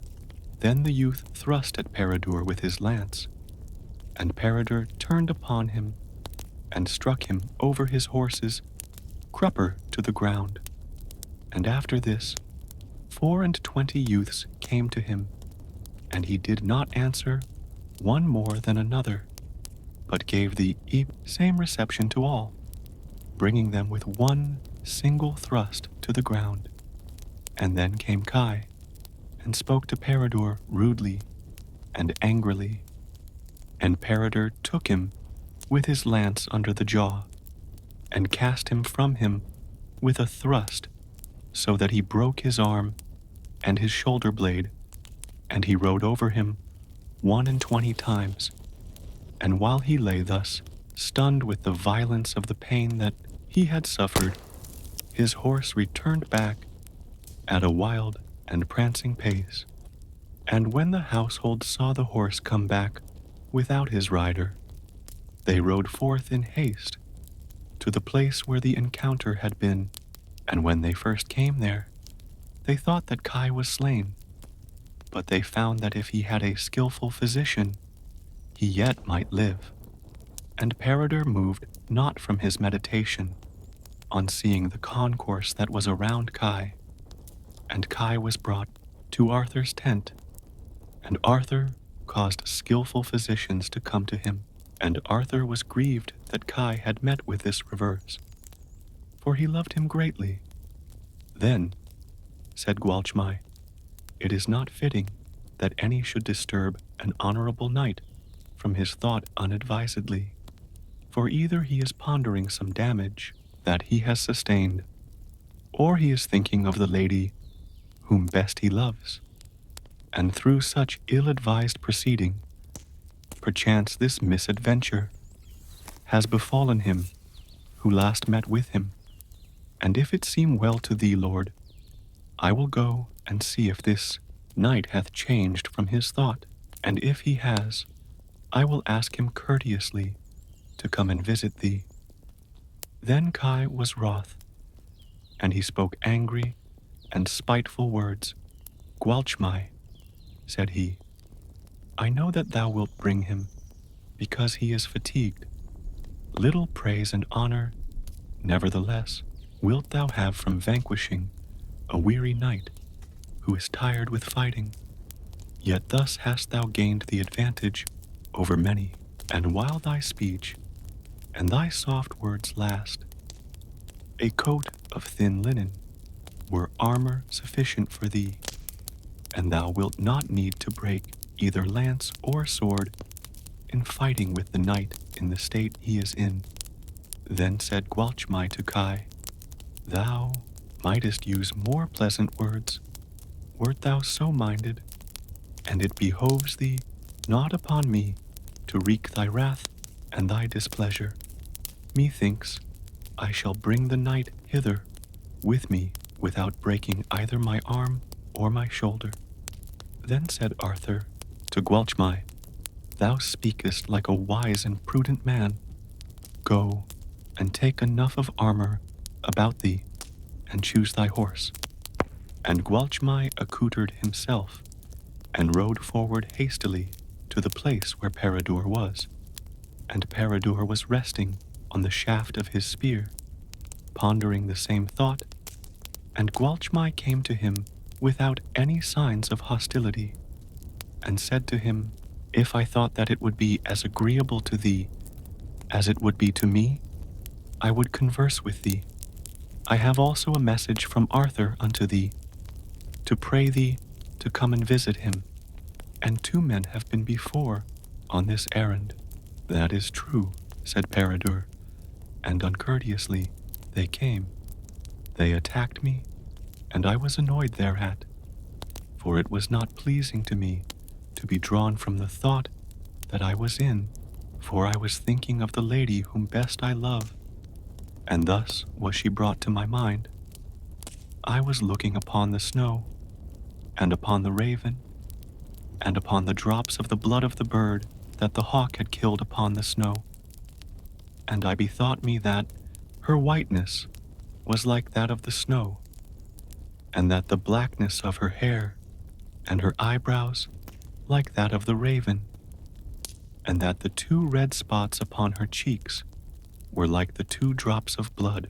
Said Gwalchmai, this was not an ungentle thought, and I should marvel if it were pleasant to thee to be drawn from it. Tell me, said Peredur, is Kai in Arthur's court? He is, said he, and behold, he is the knight that fought with thee last, and it would have been better for him had he not come, for his arm and his shoulder blade were broken with the fall which he had from thy spear. Verily, said Peredur, I am not sorry to have thus begun to avenge the insult to the dwarf and dwarfess. Then Gwalchmai marveled to hear him speak of the dwarf and the dwarfess, and he approached him and threw his arms around his neck and asked him what was his name. Peredur the son of Evrock am I called, said he, and thou, who art thou? I am called Gwalchmai, he replied. I am right glad to meet with thee, said Peredur, for in every country where I have been, I have heard of thy fame for prowess and uprightness, and I solicit thy fellowship. Thou shalt have it, by my faith, and grant me thine, said he. Gladly will I do so, answered Peredur. So they rode forth together joyfully towards the place where Arthur was. And when Kai saw them coming, he said, I knew that Gwalchmai needed not to fight the knight, and it is no wonder that he should gain fame. More can he do by his fair words than I by the strength of my arm. And Peredur went with Gwalchmai to his tent, and they took off their armor, and Peredur put on garments like those that Gwalchmai wore, and they went together unto Arthur and saluted him. Behold, Lord, said Gwalchmai, him whom thou hast sought so long. Welcome unto thee, chieftain, said Arthur. With me thou shalt remain. And had I known thy valor had been such, thou shouldst not have left me as thou didst. Nevertheless, this was predicted of thee by the dwarf and the dwarfess, whom Kai ill-treated and whom thou hast avenged. And hereupon, behold, there came the queen and her handmaidens, and Peredur saluted them, and they were rejoiced to see him, and bade him welcome. And Arthur did him great honor and respect, and they returned towards Caerleon. And the first night Peredur came to Caerleon, to Arthur's court, and as he walked in the city after his repast, behold, there met him Angharad Law Urox. By my faith, sister, said Peredur, thou art a beauteous and lovely maiden, and were it pleasing to thee, I could love thee above all women. I pledge my faith, said she, that I do not love thee, nor will I ever do so. I also pledge my faith, said Peredur, that I will never speak a word to any Christian again, until thou come to love me above all men. The next day, Peredur went forth by the high road, along a mountain ridge, and he saw a valley of a circular form, the confines of which were rocky and wooded, and the flat part of the valley was in meadows, and there were fields betwixt the meadows and the wood, and in the bosom of the wood he saw large black houses of uncouth workmanship. And he dismounted, and led his horse towards the wood, and a little way within the wood he saw a rocky ledge, along which the road lay, and upon the ledge was a lion, bound by a chain, and sleeping, and beneath the lion he saw a deep pit of immense size, full of the bones of men and animals. And Peredur drew his sword and struck the lion, so that he fell into the mouth of the pit, and hung there by the chain. And with a second blow he struck the chain and broke it, and the lion fell into the pit. And Peredur led his horse over the rocky ledge until he came into the valley, and in the center of the valley he saw a fair castle, and he went towards it, and in the meadow by the castle he beheld a huge gray man sitting, who was larger than any man he had ever before seen, and two young pages were shooting the hilts of their daggers of the bone of the seahorse, and one of the pages had red hair and the other auburn, and they went before him to the place where the gray man was. And Peredur saluted him, and the gray man said, "Disgrace to the beard of my porter." Then Peredur understood that the porter was the lion, and the gray man and the pages went together into the castle, and Peredur accompanied them, and he found it a fair and noble place, and they proceeded to the hall, and the tables were already laid, and upon them was abundance of food and liquor. And thereupon he saw an aged woman and a young woman come from the chamber, and they were the most stately women he had ever seen. Then they washed and went to meat, and the gray man sat in the upper seat at the head of the table, and the aged woman next to him. And Peredur and the maiden were placed together, and the two young pages served them. And the maiden gazed sorrowfully upon Peredur. And Peredur asked the maiden wherefore she was sad. "For thee, my soul.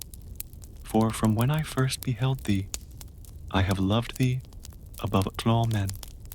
And it pains me to know that so gentle a youth as thou should have such a doom as awaits thee tomorrow. Sawest thou the numerous black houses in the bosom of the wood?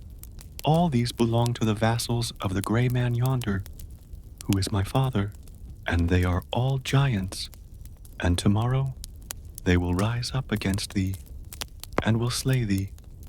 And the round valley is this valley called.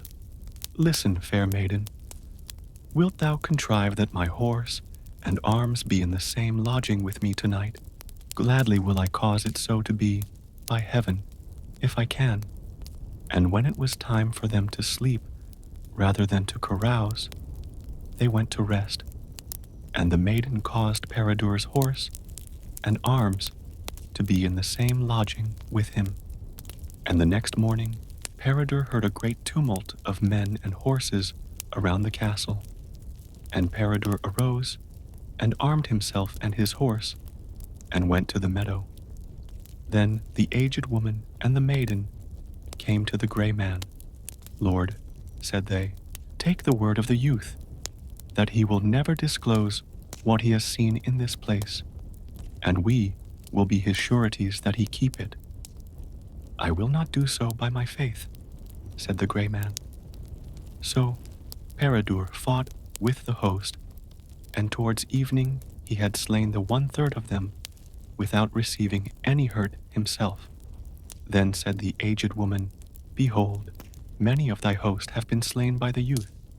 Do thou therefore grant him mercy." "I will not grant it, by my faith," said he. And the aged woman and the fair maiden were upon the battlements of the castle, looking forth. And at that juncture Peredur encountered the yellow-haired youth, and slew him. "Lord," said the maiden, "grant the young man mercy." "That will I not do, by heaven," he replied. And thereupon Peredur attacked the auburn-haired youth, and slew him likewise. "It were better that thou hadst accorded mercy to the youth before he had slain thy 2 sons, for now scarcely wilt thou thyself escape from him. Go, maiden, and beseech the youth to grant mercy unto us, for we yield ourselves into his hands." So the maiden came to the place where Peredur was, and besought mercy for her father and for all such of his vassals as had escaped alive. "Thou shalt have it, on condition that thy father and all that are under him go and render homage to Arthur, and tell him that it was his vassal Peredur that did him this service. This will we do willingly, by heaven. And you shall also receive baptism, and I will send to Arthur, and beseech him to bestow this valley upon thee and upon thy heirs after thee forever." Then they went in, and the gray man and the tall woman saluted Peredur. And the gray man said unto him, Since I have possessed this valley, I have not seen any Christian depart with his life. Save thyself, and we will go to do homage to Arthur and to embrace the faith and be baptized. Then said Peredur, To heaven I render thanks that I have not broken my vow to the lady that best I love, which was that I would not speak one word unto any Christian. That night they tarried there, and the next day, in the morning, the gray man, with his company, set forth to Arthur's court, and they did homage unto Arthur, and he caused them to be baptized. And the gray man told Arthur that it was Peredur that had vanquished them, and Arthur gave the valley to the gray man and his company to hold it of him as Peredur had besought. And with Arthur's permission, the gray man went back to the round valley. Peredur rode forward next day, and he traversed a vast tract of desert in which no dwellings were, and at length he came to a habitation, mean and small, and there he heard that there was a serpent that lay upon a gold ring, and suffered none to inhabit the country for 7 miles around. And Peredur came to the place where he heard the serpent was, and angrily, furiously, and desperately fought he with the serpent, and at last he killed it and took away the ring, and thus he was, for a long time, without speaking a word to any Christian, and therefrom he lost his color and his aspect, through extreme longing after the court of Arthur, and the society of the lady whom best he loved, and of his companions. Then he proceeded forward to Arthur's court, and on the road there met him Arthur's household, going on a particular errand, with Kai at their head. And Peredur knew them all, but none of the household recognized him. Whence comest thou, chieftain? Said Kai, and this he asked him twice and 3 times, and he answered him not. And Kai thrust him through the thigh with his lance, and lest he should be compelled to speak and to break his vow, he went on without stopping. Then said Gwalchmai, I declare to heaven, Kai, that thou hast acted ill in committing such an outrage on a youth like this who cannot speak. And Gwalchmai returned back to Arthur's court. Lady, said he to Gwenhwyvar, seest thou how wicked an outrage Kai has committed upon this youth who cannot speak? For heaven's sake, and for mine, cause him to have medical care before I come back, and I will repay thee the charge. And before the men returned from their errand, a knight came to the meadow beside Arthur's palace, to dare someone to the encounter, and his challenge was accepted. And Peredur fought with him, and overthrew him, and for a week he overthrew one knight every day. And one day Arthur and his household were going to church, and they beheld a knight who had raised the signal for combat. Verily, said Arthur, by the valor of men, I will not go hence until I have my horse and my arms to overthrow yonder boar.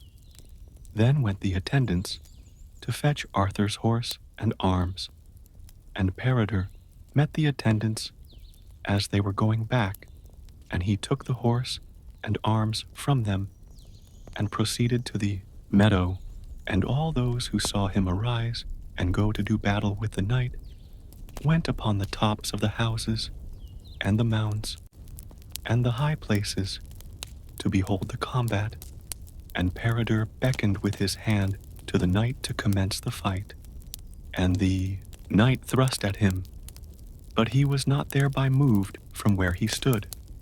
And Peredur spurred his horse and ran at him wrathfully, furiously, fiercely, desperately, and with mighty rage, and he gave him a thrust, deadly wounding severe, furious, adroit, and strong, under his jaw, and raised him out of his saddle, and cast him a long way from him. And Peredur went back, and left the horse and the arms with the attendant as before, and he went on foot to the palace. Then Peredur went by the name of the dumb youth, and behold, Angharad Law Urok met him. I declare to heaven, chieftain, said she, woeful is it that thou canst not speak. For couldst thou speak, I would love thee best of all men, and by my faith, although thou canst not, I do love thee above all. Heaven reward thee, my sister, said Peredur. By my faith I also do love thee. Thereupon it was known that he was Peredur, and then he held fellowship with Gwalchmai, and Owain the son of Urien, and all the household, and he remained in Arthur's court. Arthur was in Caerleon upon Usk, and he went to hunt, and Peredur went with him. And Peredur let loose his dog upon a hart, and the dog killed the hart in a desert place, and a short space from him he saw signs of a dwelling, and towards the dwelling he went, and he beheld a hall, and at the door of the hall he found bald, swarthy youths playing at chess. And when he entered, he beheld 3 maidens sitting on a bench, and they were all clothed alike, as became persons of high rank. And he came and sat by them upon the bench. And one of the maidens looked steadfastly upon Peredur and wept. And Peredur asked her wherefore she was weeping. Through grief that I should see so fair a youth as thou art slain. Who will slay me? Inquired Peredur. If thou art so daring as to remain here tonight, I will tell thee. How great soever my danger may be from remaining here, I will listen unto thee. This palace is owned by him who is my father, said the maiden, and he slays every one who comes hither without his leave. What sort of a man is thy father, that he is able to slay everyone thus? A man who does violence and wrong unto his neighbors, and who renders justice unto none.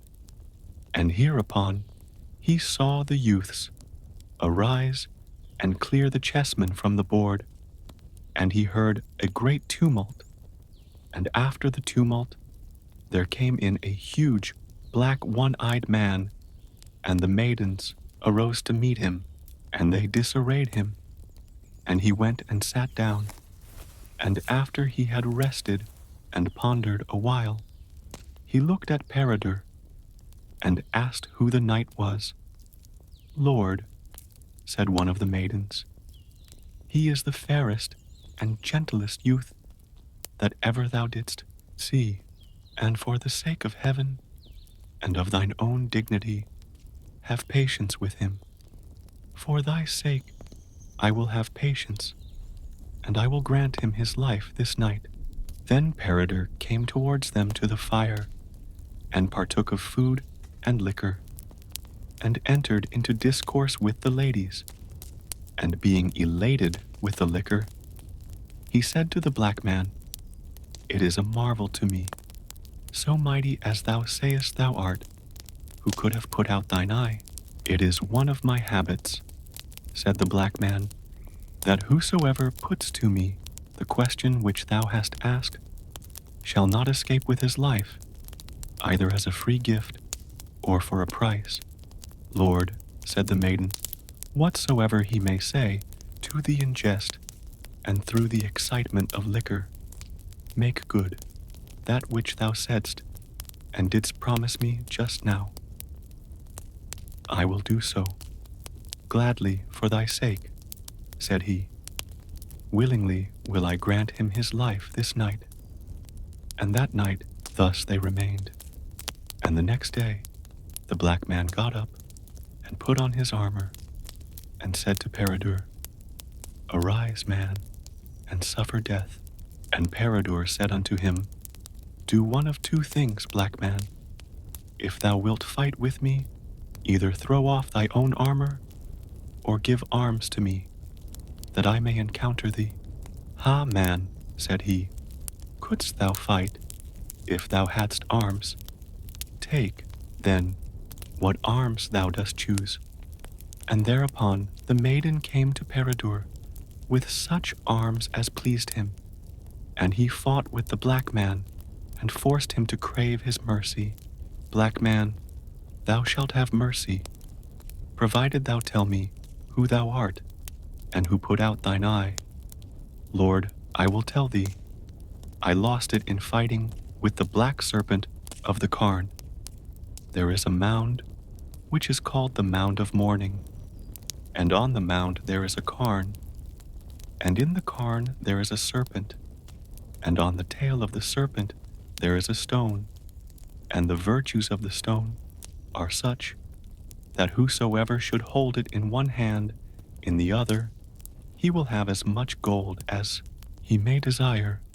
And in fighting with this serpent was it that I lost my eye, and the black oppressor am I called, and for this reason I am called the black oppressor, that there is not a single man around me whom I have not oppressed, and justice have I done unto none. Tell me, said Peredur, how far is it hence? The same day that thou settest forth, thou wilt come to the palace of the sons of the king of the tortures. Wherefore are they called thus? The cadence of the lake slays them once every day. When thou goest thence, thou wilt come to the court of the Countess of the Achievements. What achievements are there? Asked Peredur.